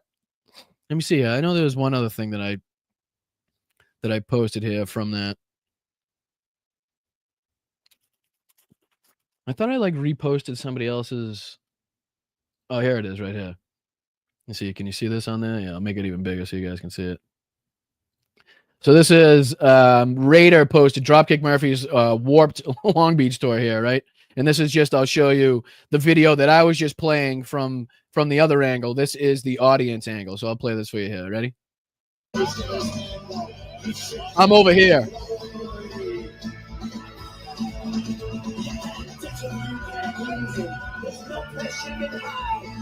That's the flag that you can see in the video, right? So this is the flag if you go back to, which is funny because check that flag right there. And if you go back to mine, right, and then you fast forward to right here's that same flag right there, which is pretty fucking cool. So it was a great experience. I'm very appreciative. Mel and I are both very thankful and appreciative to Ken for the access that he allowed, for being so kind and generous, again, for allowing us pretty much doing everything but putting a fucking guitar in my hand and sending me out in front of the crowd, right? That's about the only thing I didn't do there. But yeah, it was pretty cool. The people I got to meet, again, thank you to everybody that was so kind, so generous. We hung around for a little bit after and fought our way through the zoo to get out of there before it actually ended. But yeah, you showing Epstein and Trump on the screen there. The crowd was loving it. Crowd was also loving his, obviously, shipping off to Boston. That really got the crowd going. But to see that many people going crazy, it was an experience. I've never seen it from that angle. So I appreciate him. I appreciate the band's fight. Appreciate everything that they're advocating for. But yeah, let's see if we can get on to some more Republican freak out, some more MAGA drama here. As Tim Pool decides to call out and give us a little insight over Colbert losing his mind. And again, then we'll go into a few of our other stories. We still have a lot to get to. Let's see, what time is it? 12:14. All right, so we got 45 minutes. I still want to go over the RT, the Solyevov clip. Let's stay on subject. My apologies. I do this a lot of time. I try to skip around so I don't bore you with one subject too much. But let me see if I can do this. We'll stay on subject. That way we'll just go down the list of everything that I wanted to cover. So let's take this into account here. This is Donald Trump actually saying that Epstein stole people that worked for him. Right? Stole people that worked for him. I wonder what that means. I wonder what that could possibly mean. Right? So let's see here. This is a CBS who can go pound sand coverage of this, but this is honestly just to play Donald Trump's statement. So let's check it out. I want to get you to this. President Trump is wrapping up his Scotland trip, but this controversy over files related to convicted sex offender Jeffrey Epstein, it continues. During his visit, President Trump revealed new details about his relationship with Epstein, specifically why they had a falling out. CBS News White House reporter Aaron Navarro joins us from Edinburgh with more on this. Aaron, good morning. All right, and just to be clear, everything that you're about to hear out of Donald Trump's mouth is a complete lie, or at least he's using that as the basis for his lies, right? So he probably knew for a fucking long time that Jeffrey Epstein and Ghislaine Maxwell were poaching and picking little girls from Mar-a-Lago, whether they be dishwashers, waitresses, fucking valets, people going to pick up the golf balls, whatever it may be. She was on the hunt. Ghislaine was on the hunt. Jeffrey was on the hunt. Trump was on the hunt for anybody at Mar-a-Lago and anybody that worked in any of those other properties or businesses that could feed the machine that was Jeffrey Epstein's sex trafficking ring, right? So Mar-a-Lago was no different. They poached little girls from there, just like they did from fucking Eastern European countries, just like they did from other places around the country. So now all of a sudden he's like, well, oh man, he was stealing my workers. Oh shit. I can use that to say that is the basis as to why we kind of separated and didn't talk anymore. So again, just to let you know, everything he's saying is bullshit. It's not. It's serious. Jeffrey Epstein was absolutely taking people, but he wasn't stealing them. He was definitely doing it with Donald Trump's knowledge, with Ghislaine's knowledge, under their behest, at the direction of Donald Trump and Ghislaine Maxwell. So let's continue. According to you, the Epstein case has somewhat overshadowed President Trump's time in Scotland. Help us understand why that is.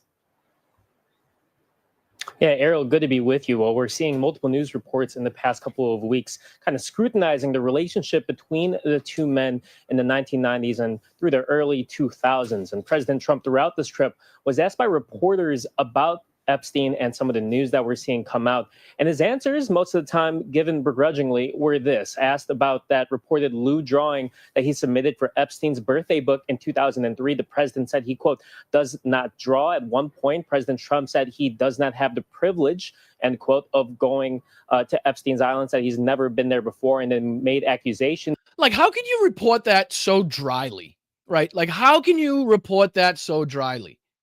Like, it's almost like the people at CBS have now been instructed to, I don't know, even if you are forced to report something negative on Donald Trump, just kind of like, I don't know, just kind of say it in a fucking, just a way that doesn't stir the pot, right? Don't, just kind of report it like you're reporting it. Like, whatever happened to, like, reporting that, like, Donald Trump, the president, actually said, can you believe this? That it would have been a privilege to have gone to this island where fucking pedophiles and sex trafficking was taking place. Like, the outrage that should come from, like, can we put a little spice, can we add a little sauce onto what is absolutely an outrageous statement by the fucking current sitting president of the United States, who is actively engaged in a government conspiracy, a government cover-up to cover up the largest sex trafficking ring and a fucking case of pedophilia in history? That former President Bill Clinton had been there multiple times, which his team has denied. But the new thing is this. Asked about why he had a falling out with Epstein and kicked him out of his Mar-a-Lago club in South Florida, the president said it was because the financier had poached one of his employees from him. Take a listen to President Trump here. For years, I wouldn't talk to Jeffrey Epstein. Stole people that worked for me. I said, don't ever do that again. He did it again, and I threw him out of the place. Persona non grata. So Donald Trump actually heard of a single case. If we're taking his words, ladies and gentlemen, we're led to believe here that Jeffrey Epstein A man that was engaged in, again, the world's largest sex trafficking ring with children, with a large amount of clientele, with high profile clientele all over the world, was poaching little girls from Mar-a-Lago, and Donald Trump gave him a second chance. They gave him a second chance. Now here he says stole workers. Notice the rhetoric that he puts on this, right? Notice the little fucking twist that he puts on this.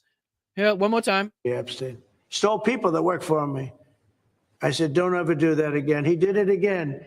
And I threw him out of the place. Persona non grata. He did it again. So he poached workers. One that we can only assume was an underage girl to work for his, fucking massage company, right? And Donald Trump actually gave that man a second chance at his club, Do you give pedophiles, known pedophiles, who are poaching little girls from your fucking business, your establishment, do you give them a second chance? Even if we are to take his fucking words seriously?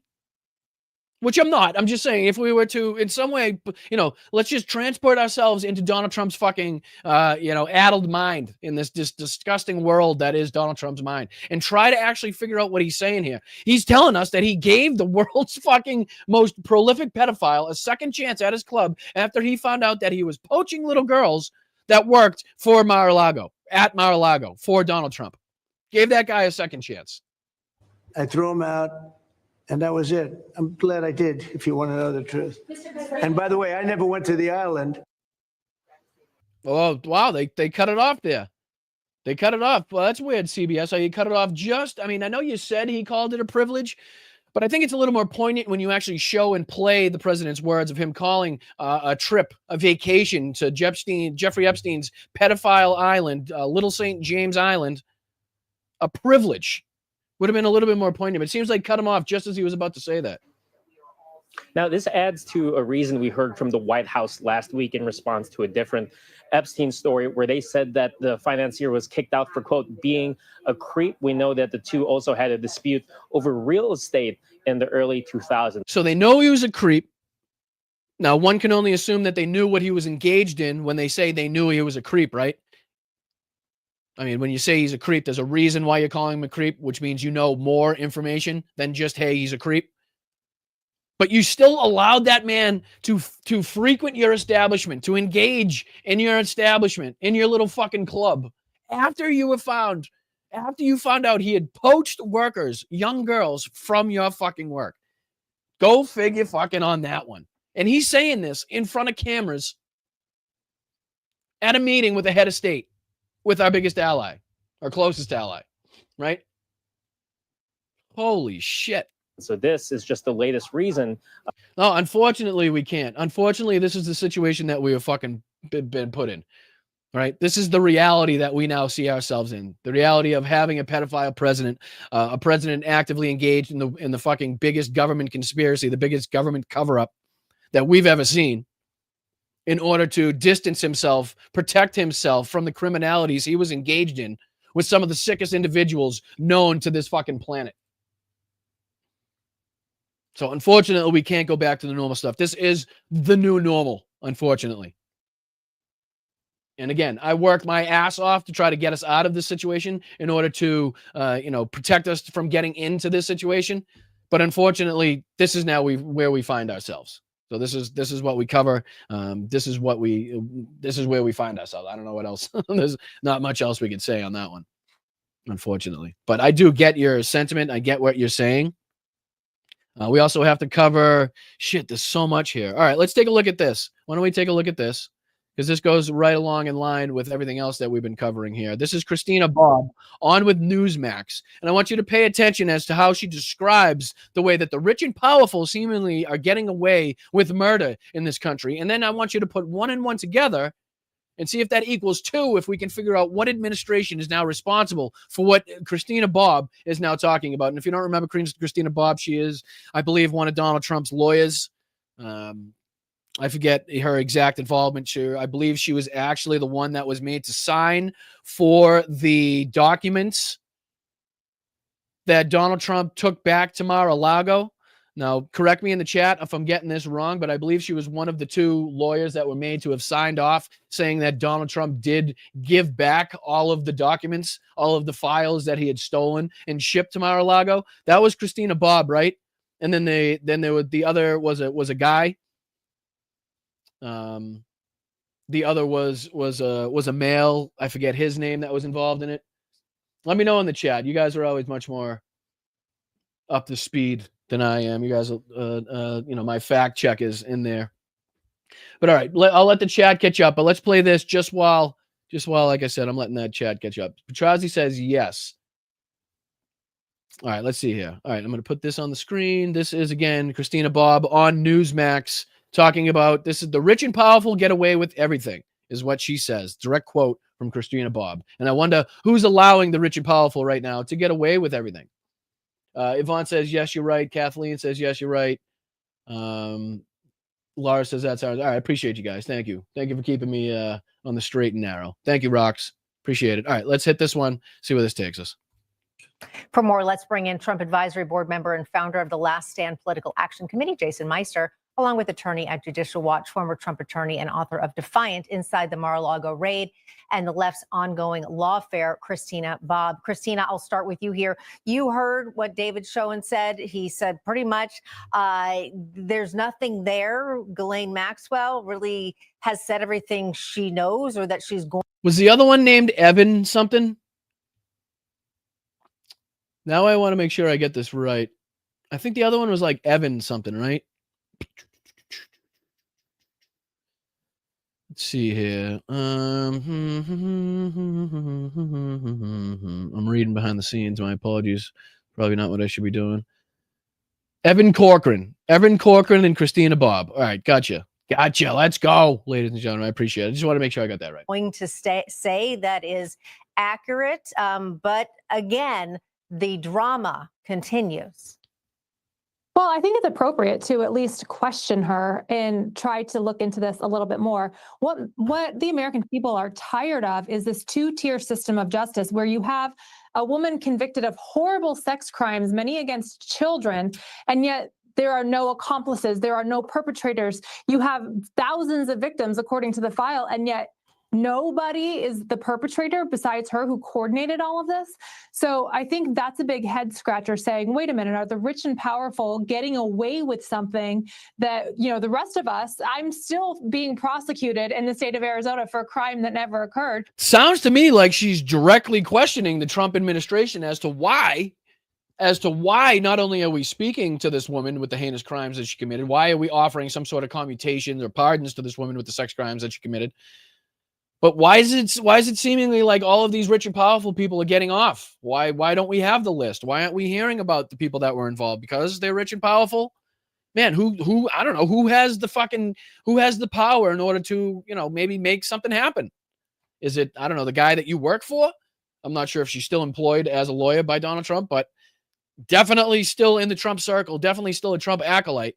So it's seemingly like you only have one person to blame, one administration to blame in this case, right? There, Bobby. So we have to face the wrath of the justice system while the rich and powerful get away with it. So that's the concern that needs to be quelled, whether it's through opening a file or putting stuff out there or prosecuting maybe another case, maybe the Obama case, whatever it is. So it almost seems like she's talking about the distraction now. Like she's almost like, it doesn't matter what it is, like just put something out there, prosecute Obama, do something in order to distract. It's almost like she just switched her whole mindset in that one sentence. Like in the sentence before, she was like, how the hell could we let this lady get away with anything like that? Why are the rich and powerful not being held to account? The people who are engaged in sex crimes without, with children, and we need to do something about it. And now it's like, well, maybe we can kind of give her a break. And as long as we just kind of maybe throw some of the files out there and prosecute Obama, maybe we can get away with this. The Department of Justice, and I think they're moving in the right direction, needs to allow the American people to feel that there are not 2 tiers of justice and that the rich and powerful are held accountable. And I think they're trying to make progress, the administration, on getting those files released, like the grand jury reports, the documents, things like that. Jason, what I'm hung up on is... Wow, dude, fucking again, the defending, right? The hand holding, the taint licking, and the boot kissing from Newsmax is fucking... Mwah. And just going back on the thousands of victims, like we heard from House Speaker Mike Johnson, is how much could you trust Ghislaine Maxwell? Not as fucking far as you could throw her, especially after we know that she's known Donald Trump, again, since the fucking late 80s, prior to Donald Trump even knowing Jeffrey Epstein. So again, one rat is definitely going to scratch the other rat's back here when one rat has the power to fucking commune or pardon the other one. Right? So these two only have a motive. They only have a reason to help each other in this situation. There is no reason for either one of them to want the actual truth to come out. There is only a reason to lie. So why would you fucking trust or listen to somebody that only has a reason to lie and has absolutely no reason to tell the truth whatsoever? At this point, who's facing a 20-year sentence. She obviously wants to get out of prison. I have a hard time wrapping my head around that. Yeah, I completely agree with you. I think that it would be hard to give any kind of real sincere trust in what she has to say. But we've known Jeffrey Epstein's crimes for decades. And remember, it was President Trump advisory board member. Trump and his Department of Justice that arrested Jeffrey Epstein back in. It was also his administration and DOJ that led to his death and possibly killed him. 2019. He killed himself in a jail cell because President Trump had him arrested. See how he's talking about that as fact?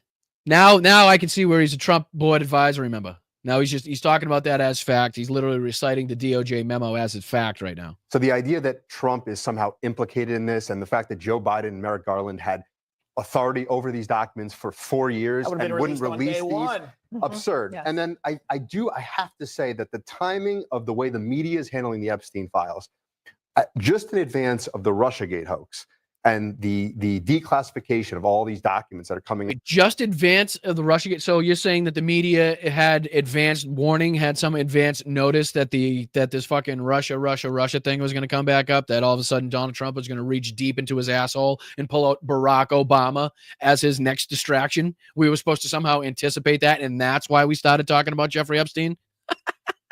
Now, I think is very peculiar, at to say at a minimum. And I think they're trying to sow doubt in the MAGA base and create a civil war over this when really there really isn't much to be arguing about. I think that there's no there, guys. There's just no there. I don't know what you're talking about. He killed himself. The fucking videotape that was edited and played around with by the DOJ. Don't worry about that. I know they said they were going to come out with the unedited video, but they haven't done so yet.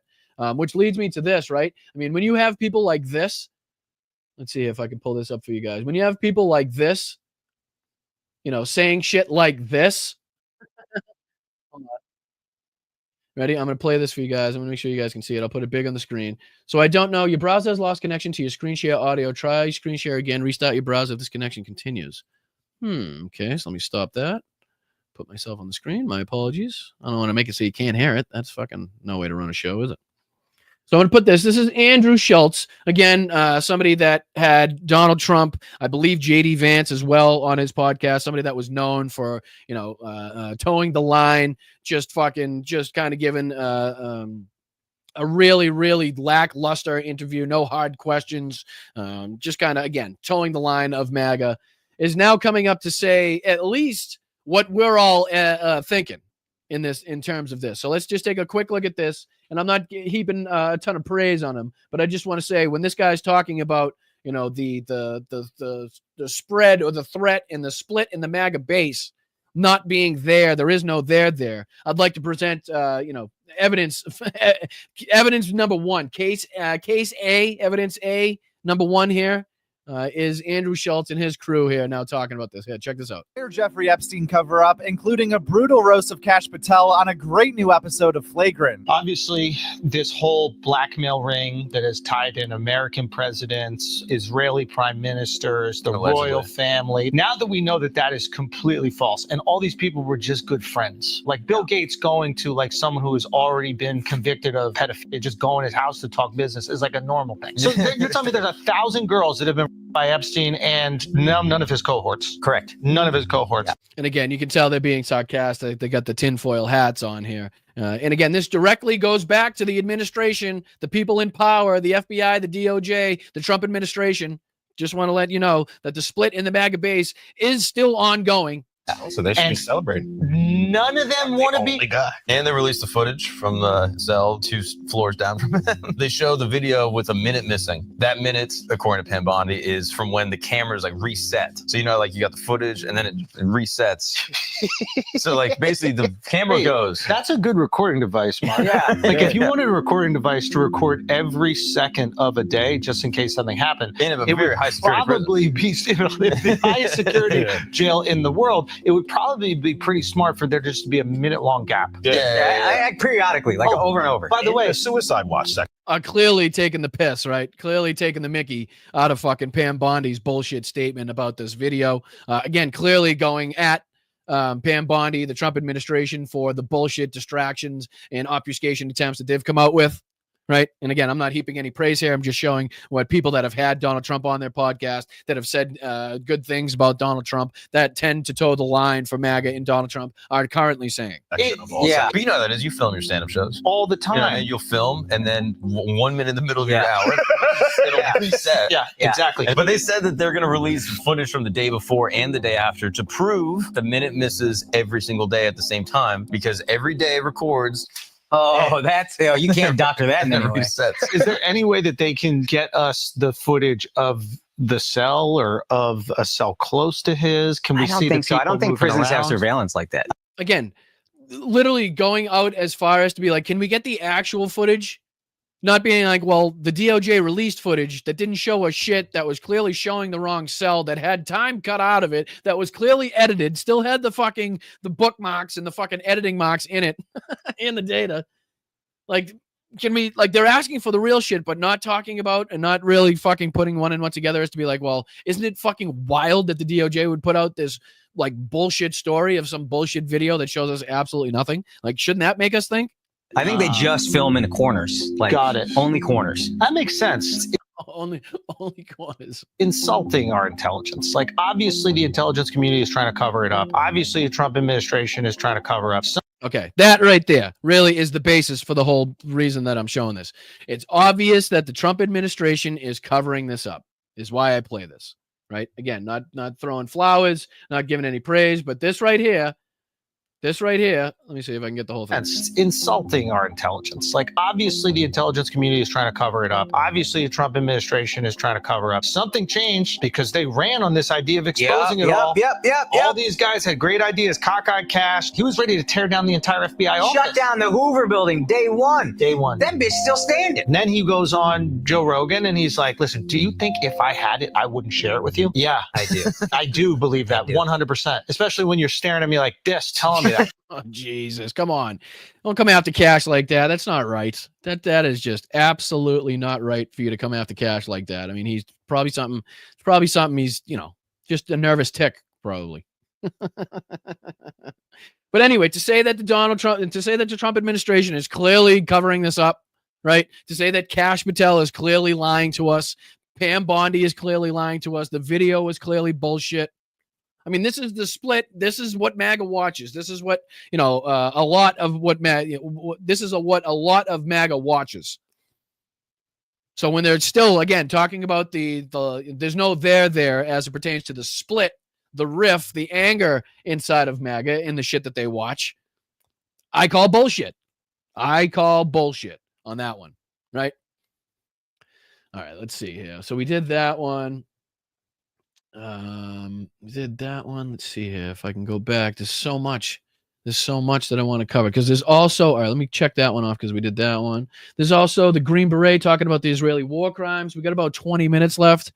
We did Epstein still workers for me. All right, so we got 3 things to do. Let's see if we can do them in 20 or so minutes, right? So we got the RT video, we got Lindsey Graham with Kristen Welker getting embarrassed, and then we got the Green Beret talking about Israel's war crimes. Let's do that. And then anything that we don't get to today, we'll see if we can get to tomorrow on tomorrow night's show. But let's just talk about this as we talked about Donald Trump's, I guess, new plan, his new pause, the new timeline that he's given Russia, which was 50 days, but is not 50 days anymore. But it was 2 weeks, but that was 6 weeks ago. Anyways, we'll see if we can try to figure it out. But this is from Russia's Russian media monitor, who does a great job at translating any of the Russian state media propaganda clips. This is Vladimir Solyevov says Russia is losing its patience with America and Europe. And we'll see what he has to threaten. We'll see what he has to say here. I just want to go through this kind of quickly. I'll even speed it up just a little bit to make it so we can get through just a little bit more of it. Not too much so that it changes it. But here, I just want to see what's said in this. Let's check this one out.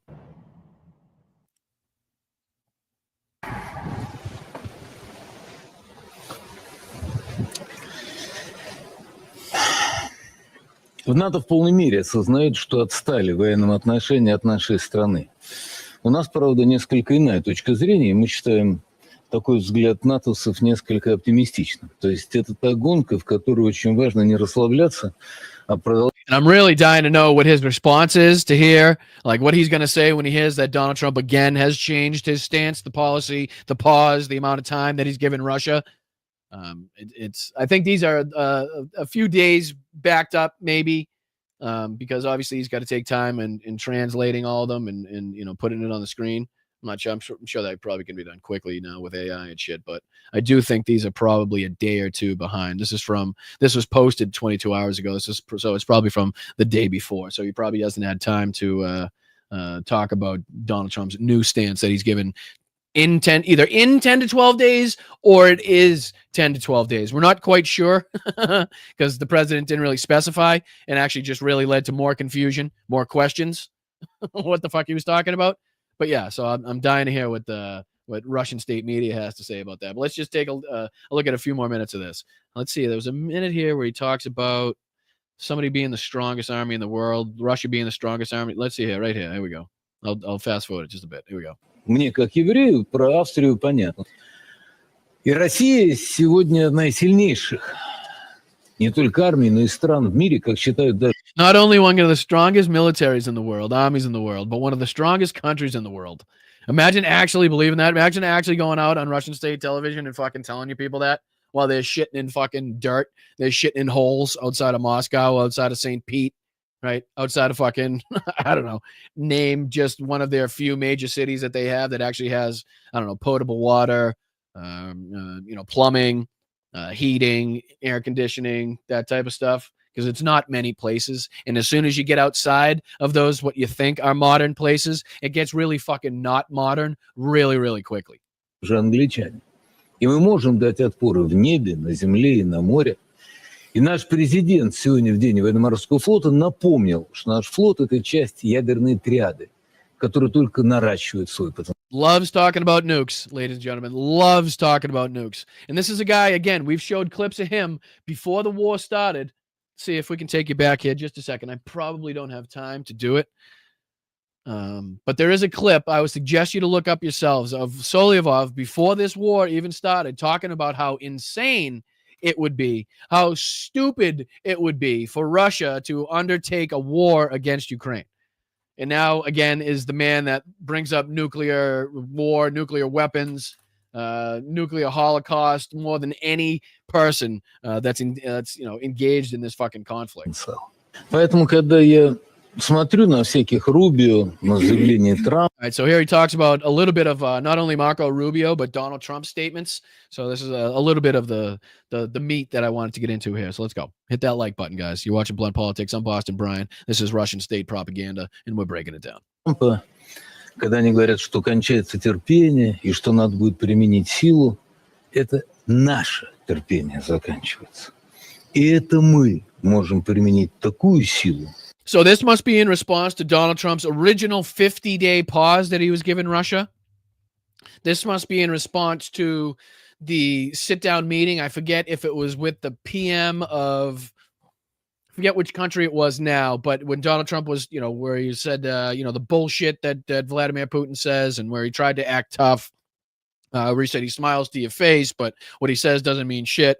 You know, that interview. This might be in response to that. О которой ни Америка, ни Европа пока даже представления не имеют. Это мы воюем с Украиной как... We are fighting Ukraine as our brotherly people. What a moronic and ironic fucking statement that is. We are fighting Ukraine as our brotherly people. God damn, sounds like something Trump would say, honestly. Братским народом, де-факто до сих пор не проводя полномасштабные военные действия во многих... Apparently, according to fucking Vladimir here, Russia is yet to have engaged in a full-scale operation. They've already had to call up conscripts, what, fucking 6, 7, 8 times? I forget what the number is now. Correct me if I'm wrong. But they've had to make several attempts at calling up more people because this 72-hour operation has lasted years, right? And this guy's literally trying to get you to believe that they have yet to engage in their full-scale operation. Fucking boy. Hey, buddy. Hey. Go fuck yourself. Ограничивая себя в средствах поражения, по крайней мере, которые у нас есть гораздо более мощные. Но когда очередной безумец грозит уничтожить в кратчайшее время Калининград, либо развязать войну против России полномасштабно, они All right, what do we need to understand, Vladimir? What do we need to understand? Here's what we need to understand. должны понимать. С ними мы не собираемся валандаться. Удар будет в соответствии с нашей доктриной, и удар будет уничтожающий. И когда некий Рубио пытается сказать, сколько наших военнослужащих погибло с начала года, я хочу задать один вопрос. А откуда он знает? Любой американский, возомнивший о себе политический деятель, пусть проверяет данные, потому что, как известно, американская разведка... All right, so now he's trying to downplay the death total, the death number, the death toll of the Russian military. And I'm dying to hear, does he come out with a different number? От и до во все времена Клинтона, Обамы, Байдена, о чем заявил, кстати, Трамп в своем расследовании. С чего вы решили, что вы хоть что-то знаете о том, какие у нас потери? Говорите об украинцах. Про их потери вы еще можете получить какую-то информацию. Поэтому хватит рассказывать сказки про наши потери. Конечно, жизнь каждого нашего солдата бесценна. So going after Trump, going after Rubio. Let's see if there's anything else in here. We only have so much time here. Oh, should we hear what she has to say? All right, let's just hear a second on what she's got to say. Good grief, I can't stand this woman. Их сбунтовались, венгры хотели отделиться и сбунтовались так, что могли уже вот-вот, в общем-то, захватить и Вену, а не просто отделиться. И этот юный тогда еще, по-моему, лет 18 чуть ли ему. No, she's giving a history lesson. No, thank you. Let's see what she says about Ukraine. Идут пока по третьему сценарию. Это тот сценарий, в котором они пытаются устроить бунт у нас. Oh, did we miss her 2 options that she was giving us here? Hold on. All right, here's 3 scenarios that she's going to give us. Let's hear what the 3 scenarios she's laying down on the table here. Как говорят за ленточкой, эфире о 3 сценариях, по которым может развиваться ситуация. About 3, the first scenario is one of the sad ones, but it's likely. Let's hear it. И сценарий первый, один из грустных, один из вероятных, о том, что нам придется заявить определенного рода ультиматум, чтобы они почувствовали непосредственную угрозу себе. So she's going to provide some sort of ultimatum so they feel some sort of threat, so that they think that they were planning to conquer them. Они считают, что мы их собираемся завоевать. All right, I don't think she's thought that fucking through very well. I don't think that's going to be very informational. I'd rather not waste time on fucking bullshit Russian propaganda anyway, but I just wanted to show you that, again, Russia is not seemingly doing the dance with Donald Trump, either Vladimir Putin or Russian state media, because, again, they're just seemingly mocking Donald Trump, mocking Marco Rubio. The timeline that they've set, their fucking frustrations that they're showing, doesn't seem like Donald Trump's big and bad routine by swearing on national television got through to Russia, because they don't give a shit. They couldn't care less. All right, so we did this one, we did that one. Let's see here. All right, we'll do this one real quick. This is a BBC report. Let me see if I can open this. put this on the screen for you guys. Let's see here. Share this tab instead after this commercial. All right. No, I don't want that, so I can put on the news. All right, here we go. Here's the sound. This is a BBC report. Former U.S. Green Beret says Israel committed war crimes at Gaza food distribution site, something that we've been talking about a lot on the show, so I thought this would be very pertinent to our coverage in the discussions that we've had pertaining the atrocities committed by Israel, the genocidal war crimes committed and perpetrated by Benjamin Netanyahu and the IDF, and the starvation that has been purposely, perpetrated and thrown at the Palestinian people. So, thank you, Mr. Spock. Appreciate you, buddy. Can I mention this is the fourth time I use this? What's that mean? What's that mean? Not sure, but I appreciate you, my dude, as always. I really do. You know that. All right, let's see if we can get into just a little bit of this. And then we'll head on to our next story, and then we'll get you guys out of here. I appreciate you guys. Hit the like button. Nation tonight about the situation in Gaza. The head of the UN has said the starving of Palestinians is a moral crisis that challenges the global conscience. And Sir Keir Starmer has released a statement calling the images of starvation utterly horrifying. He says the UK will evacuate children from Gaza who are in urgent need of medical attention. Israel says it'll allow countries to airdrop aid in the coming days, but aid agencies say this won't be enough.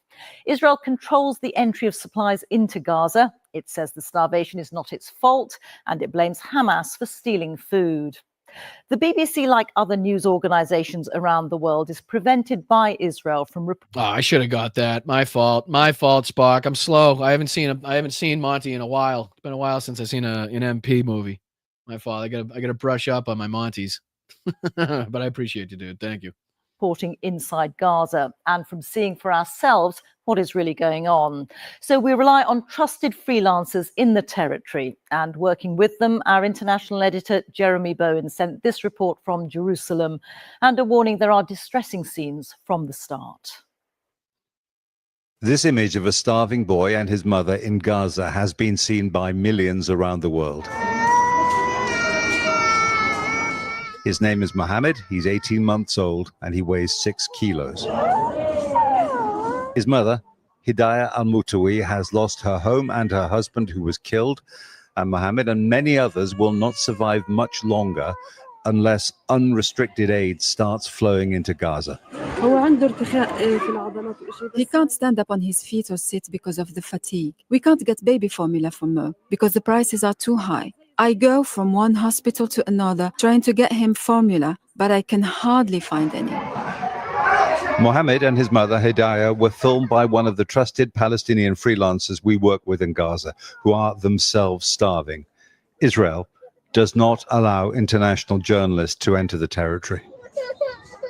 Still, right? So everybody crying, oh, why don't we get the real information? Why are we relying on fucking the health ministry? Why don't we get the... Well, send in the fucking journalists then, motherfuckers. And of course, there's a fucking strategic reason as to why we're not doing that. And there's also a big reason why there's been more journalists killed in this conflict than any other, if I'm not mistaken. So we went to a spot overlooking Gaza, a vantage point in the frontline town of Sderot, where Hamas attacked and killed Israeli civilians on the 7th of October 2023. Israelis come here to look at the war, only a few miles away. It was hazy, so it was hard to see, and the steady sound of Israeli artillery was carried away on the wind. Since my last visit, vending machines have been installed if anyone needs refreshment. From here, it feels like looking out of one world into another, not distant, but remote and isolated. So from up here, there are essentially two visions of what's happening in that world. Israel, supported by the United States, says there's plenty of food in Gaza. And if people are going hungry, that's because Hamas has been stealing it and because the UN and others have not been distributing it in the way that they should be. And just for the sake of time, guys, I would absolutely advise you to check out all of these reports. I mean, when you check out images like these ones, right? This is not a battlefield, though it might look like one. It's a food shots. Look at the shots. You can see the shots impacting the sand in the background here. Yeah, check this out. Look in the background as you can see the shots impacting the sand. Ready? Check it. Check it. Might look like one. It's a food distribution point in Gaza. Bullets are kicking up the sand as men wait to get food. It's one of 4 sites run by the so-called... Literally shooting in between groups of people. I mean, thousands packed here, and you can see they're fucking only shooting a couple feet behind the people laying here. Gaza Humanitarian Foundation, a joint Israeli-U.S. scheme they say replaces the UN. All right, so like I said, for the sake of time, I'm just going to skip ahead to here where they sit down with the Green Beret and talk about his experiences. Anthony Aguilar, a Special Forces veteran of the U.S. Army's Green Berets. He's in Washington. I spoke to him from a spot just near the Gaza border. I witnessed the Israeli Defense Forces shooting at the crowds of Palestinians. I witnessed the Israeli Defense Forces firing a main gun tank round from the Merkava tank into a crowd of people, destroying a car of civilians. So not hearsay, not my brother came back and told me, not my sister's, uncle's, mother's, father's fucking cab driver who fucking, you know, used to go to the same gym with my aunt, told my sister's brother's uncle about this shit. First-hand account here. That were simply driving away from the site. I witnessed mortar rounds being fired at the crowds of people to keep them controlled. As a professional soldier with a very long career, what was your professional opinion of what was happening? My professional opinion of how the sites were established was what I would describe as amateur, inexperienced, untrained, no idea of how to conduct operations of this magnitude. And no care to learn. That's another thing. So Israel not only is setting these things up fucking sloppily, letting humanitarian aid only get like certain shit through, not giving them the proper equipment to set up. Clearly not wanting this to actually be a functioning system to get aid into these people is the goal. That's just the goal. No matter how you can do it, no matter how you can fucking ruffle the feathers and fucking, stop the truck from getting in. That's the main goal. That would be my most benign assessment. In my most frank assessment, I would say that they're criminal. In my entire career, have I never witnessed the level of brutality and use of indiscriminate and unnecessary force against a civilian population, an unarmed, starving population. I've never witnessed that in all of the places I've been deployed to war until I was in Gaza at the hands of the IDF and U.S. contractors. Okay, I don't think it gets more clear, more real than that. We're talking to a United States Green Beret giving us this fucking firsthand detailed account and talking about he's never seen atrocities and actions like this in anywhere that he's been deployed, anywhere he's been engaged until he got there. On the knowledge you have, do you think that you were a witness then to war crimes? I think you're saying that very emphatically. Without question, I witnessed war crimes. Okay. Without question, I witnessed war crimes. Can I get that one more time, my friend, just for the sake of the video, just for the sake of clarity, just for the sake of getting this through to everybody, through the minds, into the minds of every single person, that there are absolutely war crimes being committed as we speak that are above and beyond the genocidal crimes, the fucking ethnic cleansing, in the illegal bombing campaign that has already been undertaken. And U.S. contractors. Based on the knowledge you have, do you think that you were a witness then to war crimes? I think you're saying that very emphatically. Without question, I witnessed war crimes. I witnessed war crimes being by the Israeli Defense Forces, without a doubt, using artillery rounds, mortar rounds, firing tank rounds into unarmed civilians is a war crime. People can resist hunger for a long time, but in the end, their strength ebbs away and deaths can rise exponentially. And that is what seems to be happening now in Gaza. It's just fucking tragic all the way around, but it's good to hear. I think maybe, hopefully, somebody will take it more seriously. You may take it fucking, like I said, more seriously if you're hearing it from, I don't know, maybe an American, maybe a U.S. Green Beret, somebody that you would trust, somebody that has the fucking training and the fucking knowledge to say, hey, this is wrong, this is a war crime, this is what you do, this is what you don't do, this is what's going on. I saw this firsthand. So it may be one thing you read it in the newspaper, maybe another thing seeing it fucking reported by BBC or whatever other. But when you see an American Green Beret, when you see a United States soldier telling you that he saw this shit firsthand and that there's absolutely no doubt that it was a war crime. Just that one instance, just the few examples that he's talking about, then that's definitely fucking something that we need to pay attention to. And hopefully that's something that gets across to maybe more people than it would if it was just, I don't know, somebody else. You know what I mean? Let's see here. Do we have anything else that we can cover real quick? I don't have a ton of time. Out of time here. Let's see. We did that one. We did that one. There's a clip in here. Let's see if I can bring this up for you. See if we can find this embarrassing moment for Lindsey Graham. Clearly not going to be able to watch the whole thing, but let me see if I can share this. Maybe I can catch that moment. All right. Yeah. Another commercial. Yeah. And skip. Thank you. All right, here we go. Welcome back. Joining me now is Republican Senator Lindsey Graham of South Carolina. So this is obviously Lindsey Graham on with Kristen Welker. And I think when she comes back, just after she plays a couple clips of some of his past statements about the report, about the Mueller report. Let me see if I can find that clip. If not, it's not a huge deal. He just kind of looks like an asshole, as he normally does. Come on, play the clips. All right, here we go. All right, so this is where she starts. She plays her, basically Lindsey Graham's own words against him. Let's see here. This is again about the prosecution of Obama in this whole fucking obfuscation, distraction, Russiagate. So let's see if we just get into a minute of this. At the time, investigating the origins of the Russia probe, it did not find any evidence of political interference. And Senator, at the time, you agreed with the findings of the intelligence community. I want to play back what you said at the time. Take a look. Yep. The Russians did it. It was the Russians who tried to interfere in our election. Every member of the committee agrees it was the Russians. They didn't change the outcome, but they did release information embarrassing to the Democratic Party. It did affect Hillary Clinton. There's only one person in Washington that I know of that has any doubt about what Russia did in our election, and it's President Trump. Senator, are you now saying that you don't believe that Russia tried to interfere in the 2016 election? Well,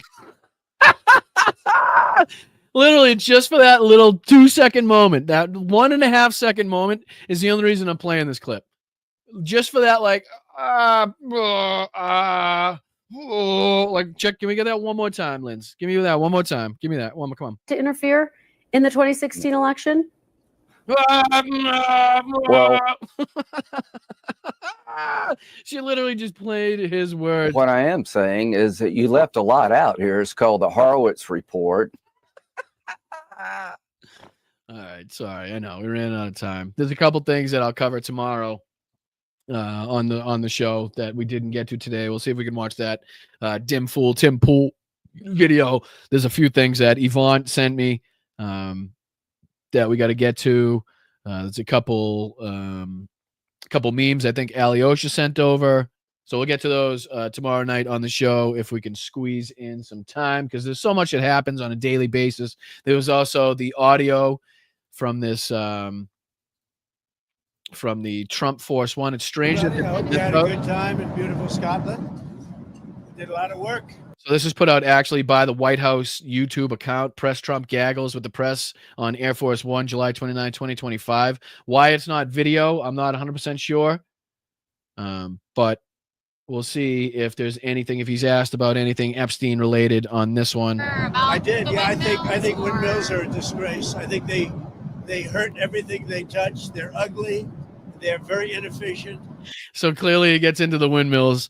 But we'll have to get into that tomorrow because unfortunately we ran out of time today. I do appreciate you guys. I'm now going to get into thanking everybody that sent in a super chat, sent in a super sticker, super thanks, reached the milestone, sent a Venmo, whatever it is. We also have our VIP Zoom tonight. So if anybody that signed up at patreon.com/Boston Brian at the VIP level, you can check in and hop in on our Zoom tonight at 8 p.m. Eastern, 5 p.m. Pacific. And then anybody that is signed up for patreon.com, I'd just like to say thank you guys very much for your support, for always being there. And let's see here. Mel made this as well. This is the MySpace graphic here. Is this something I should be showing now? Or did I put this past Prime? Either way, Matt will let us know. But I'm happy to help any way I can. Just happen to see that in there right now. All right, let's get into the thank yous from all the generous people. Thank you so much Nordez, thank you so much. And again, just like I said earlier, you probably should have let me know why this whole time I thought you were a girl. I don't know. It's hard for me. I just kind of whatever I think first is what I go with, but I appreciate you. I really do. Thank you so much. And sorry for this whole time putting a feminine spin on the name if I was. My apologies. Thank you, Yvonne. I appreciate you coming in hot with the 20 gifted memberships. What a fucking huge contribution. Thank you so much. Thank you, Pam. Really appreciate that with the 5. Thank you so much. Tell the pup I said hello. Nordez, thank you again. Hey, Brian, I'm male, half of Nordez. I know. I knew the other half. I don't know. I'm very accepting of all. So I wasn't really going to inquire as to what the actual setup was because I don't really, it doesn't matter to me. I'm just hope that you're happy. But thank you for clarifying. God, man, so embarrassing for me. All right, thank you, Yvonne, again for the 10. Where the hell are the sinkholes when you need them? I'd love to see that on Trump's golf courses. Thank you so much, Yvonne. I appreciate you for your continued support. Always sending the clips, your fantastic messages. I really, really do appreciate it. Thank you, George. What's up, Jorge? Appreciate you, brother. As always, right back to you from the Lobsters and everybody else here from the Church of Bryantology. Thank you, Jeff. You are the best, my man. Thank you. Elephant TV, Clinton, woman, Epstein. Right. He's going to have to... He's going to have that like seared on his brain, right? Obama's going to be in there. He's going to be saying Obama till he fucking on his deathbed. Sheldon, thank you so much, as always, for your gifted sub. I really do appreciate it. JD for the profanity bonus, as always. Mr. Spock, I appreciate you, dude. I really do. Nanu. I appreciate you hopping in there, being here for 10 months, your support. WW for 17 months. A lot of fucking milestones today. I appreciate you guys. Let's go. A lot of milestones. You did yourself good yet once again. Thanks. Appreciate you, WW. And then to round it out, Nordez, once again, appreciate that with the 5 gifted. Let me just see if there's anybody else on Venmo that I need to thank for you guys because there's a Venmo up in the corner. Fastest and quickest way to get the contributions to where you want them to go. But yes. Oh, Thomas. Thank you, dude. Appreciate that. Who else? Thomas, as I always say. Linda, I continue to thank Thomas again. Jamie, you guys are fantastic. Again, so many ways for you to help out the show. There's a button just underneath me. You can become a channel member yourself for $2.99 a month. I always say it's less than a gallon of gas, guys, for a month of memberships. Less than a gallon of milk for a month membership. And it really goes a long way in supporting independent media like myself. You have no ads, no paywalls. I'm not selling you anything. I'm literally fully funded and supported by you guys alone. And I'm really proud to continue to be able to say that. And hopefully we can continue that going with this show, with this family, because that's the only way that it happens is with the love and support and generosity of you guys that continue to stay engaged. Again, get out and vote when you can, wherever you can, whether it be in your towns, whether it be in your states, your districts, in the fucking generals, wherever it be. Make sure you're getting out there and spreading your voice. Get out of your seat. Get into the streets, find the nearest protest, find the nearest rally. They're happening all over the place. Get out there, get loud, stay proud, stay aggressive, but keep your head on a swivel. Make sure you're staying safe out there. I will see you guys tomorrow night, again, 8:30 Eastern, 5:30 Pacific, for another episode of Blunt Politics. Until then, I'm Boston Brian. Arrivederci, sayonara. I appreciate each and every one of you. Make sure you guys have a wonderful rest of your day, and tell everybody else that you're watching on YouTube or Twitch or Instagram, Facebook, that Boston Brian sent you. All right. I appreciate you guys. Thank you. And I'll see you tomorrow night. All right. Thank you guys. Appreciate it. Have a good day.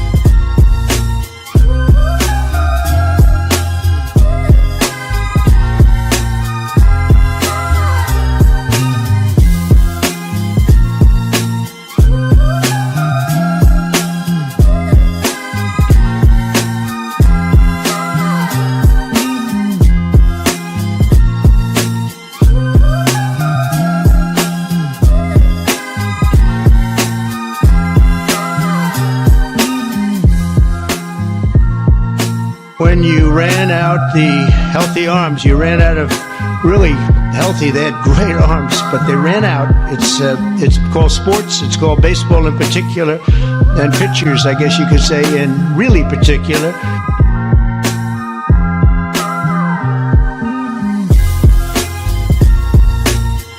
I mean, they've been conserved since the time of lobsters, right? There weren't trees around when lobsters first manifested themselves on the planet. Brian, you're drunk. You're drunk.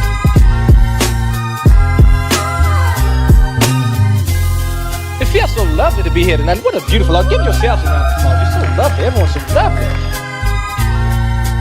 For the rest of my life, I have the curse that I have little hands. Little hands. There's no way we are going to allow a con artist to take over the conservative movement, and Donald Trump is a con artist. I can just tell you that a con artist is about to take over the Republican Party and the conservative movement, and we have to put a stop to it. They're just getting acclimated. You know what that means, acclimated. This week it was reported that an illegal alien, and you just look at this, what's happening. Words, I had the best words. But there's no better word than stupid. Yesterday's a hard word for me. Oh, get those lights off! Off! Turn them off. They're too bright. Turn them off.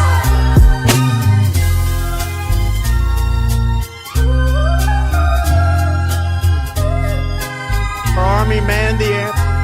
It ran the ramparts. It took over the airports. It did everything it had to do.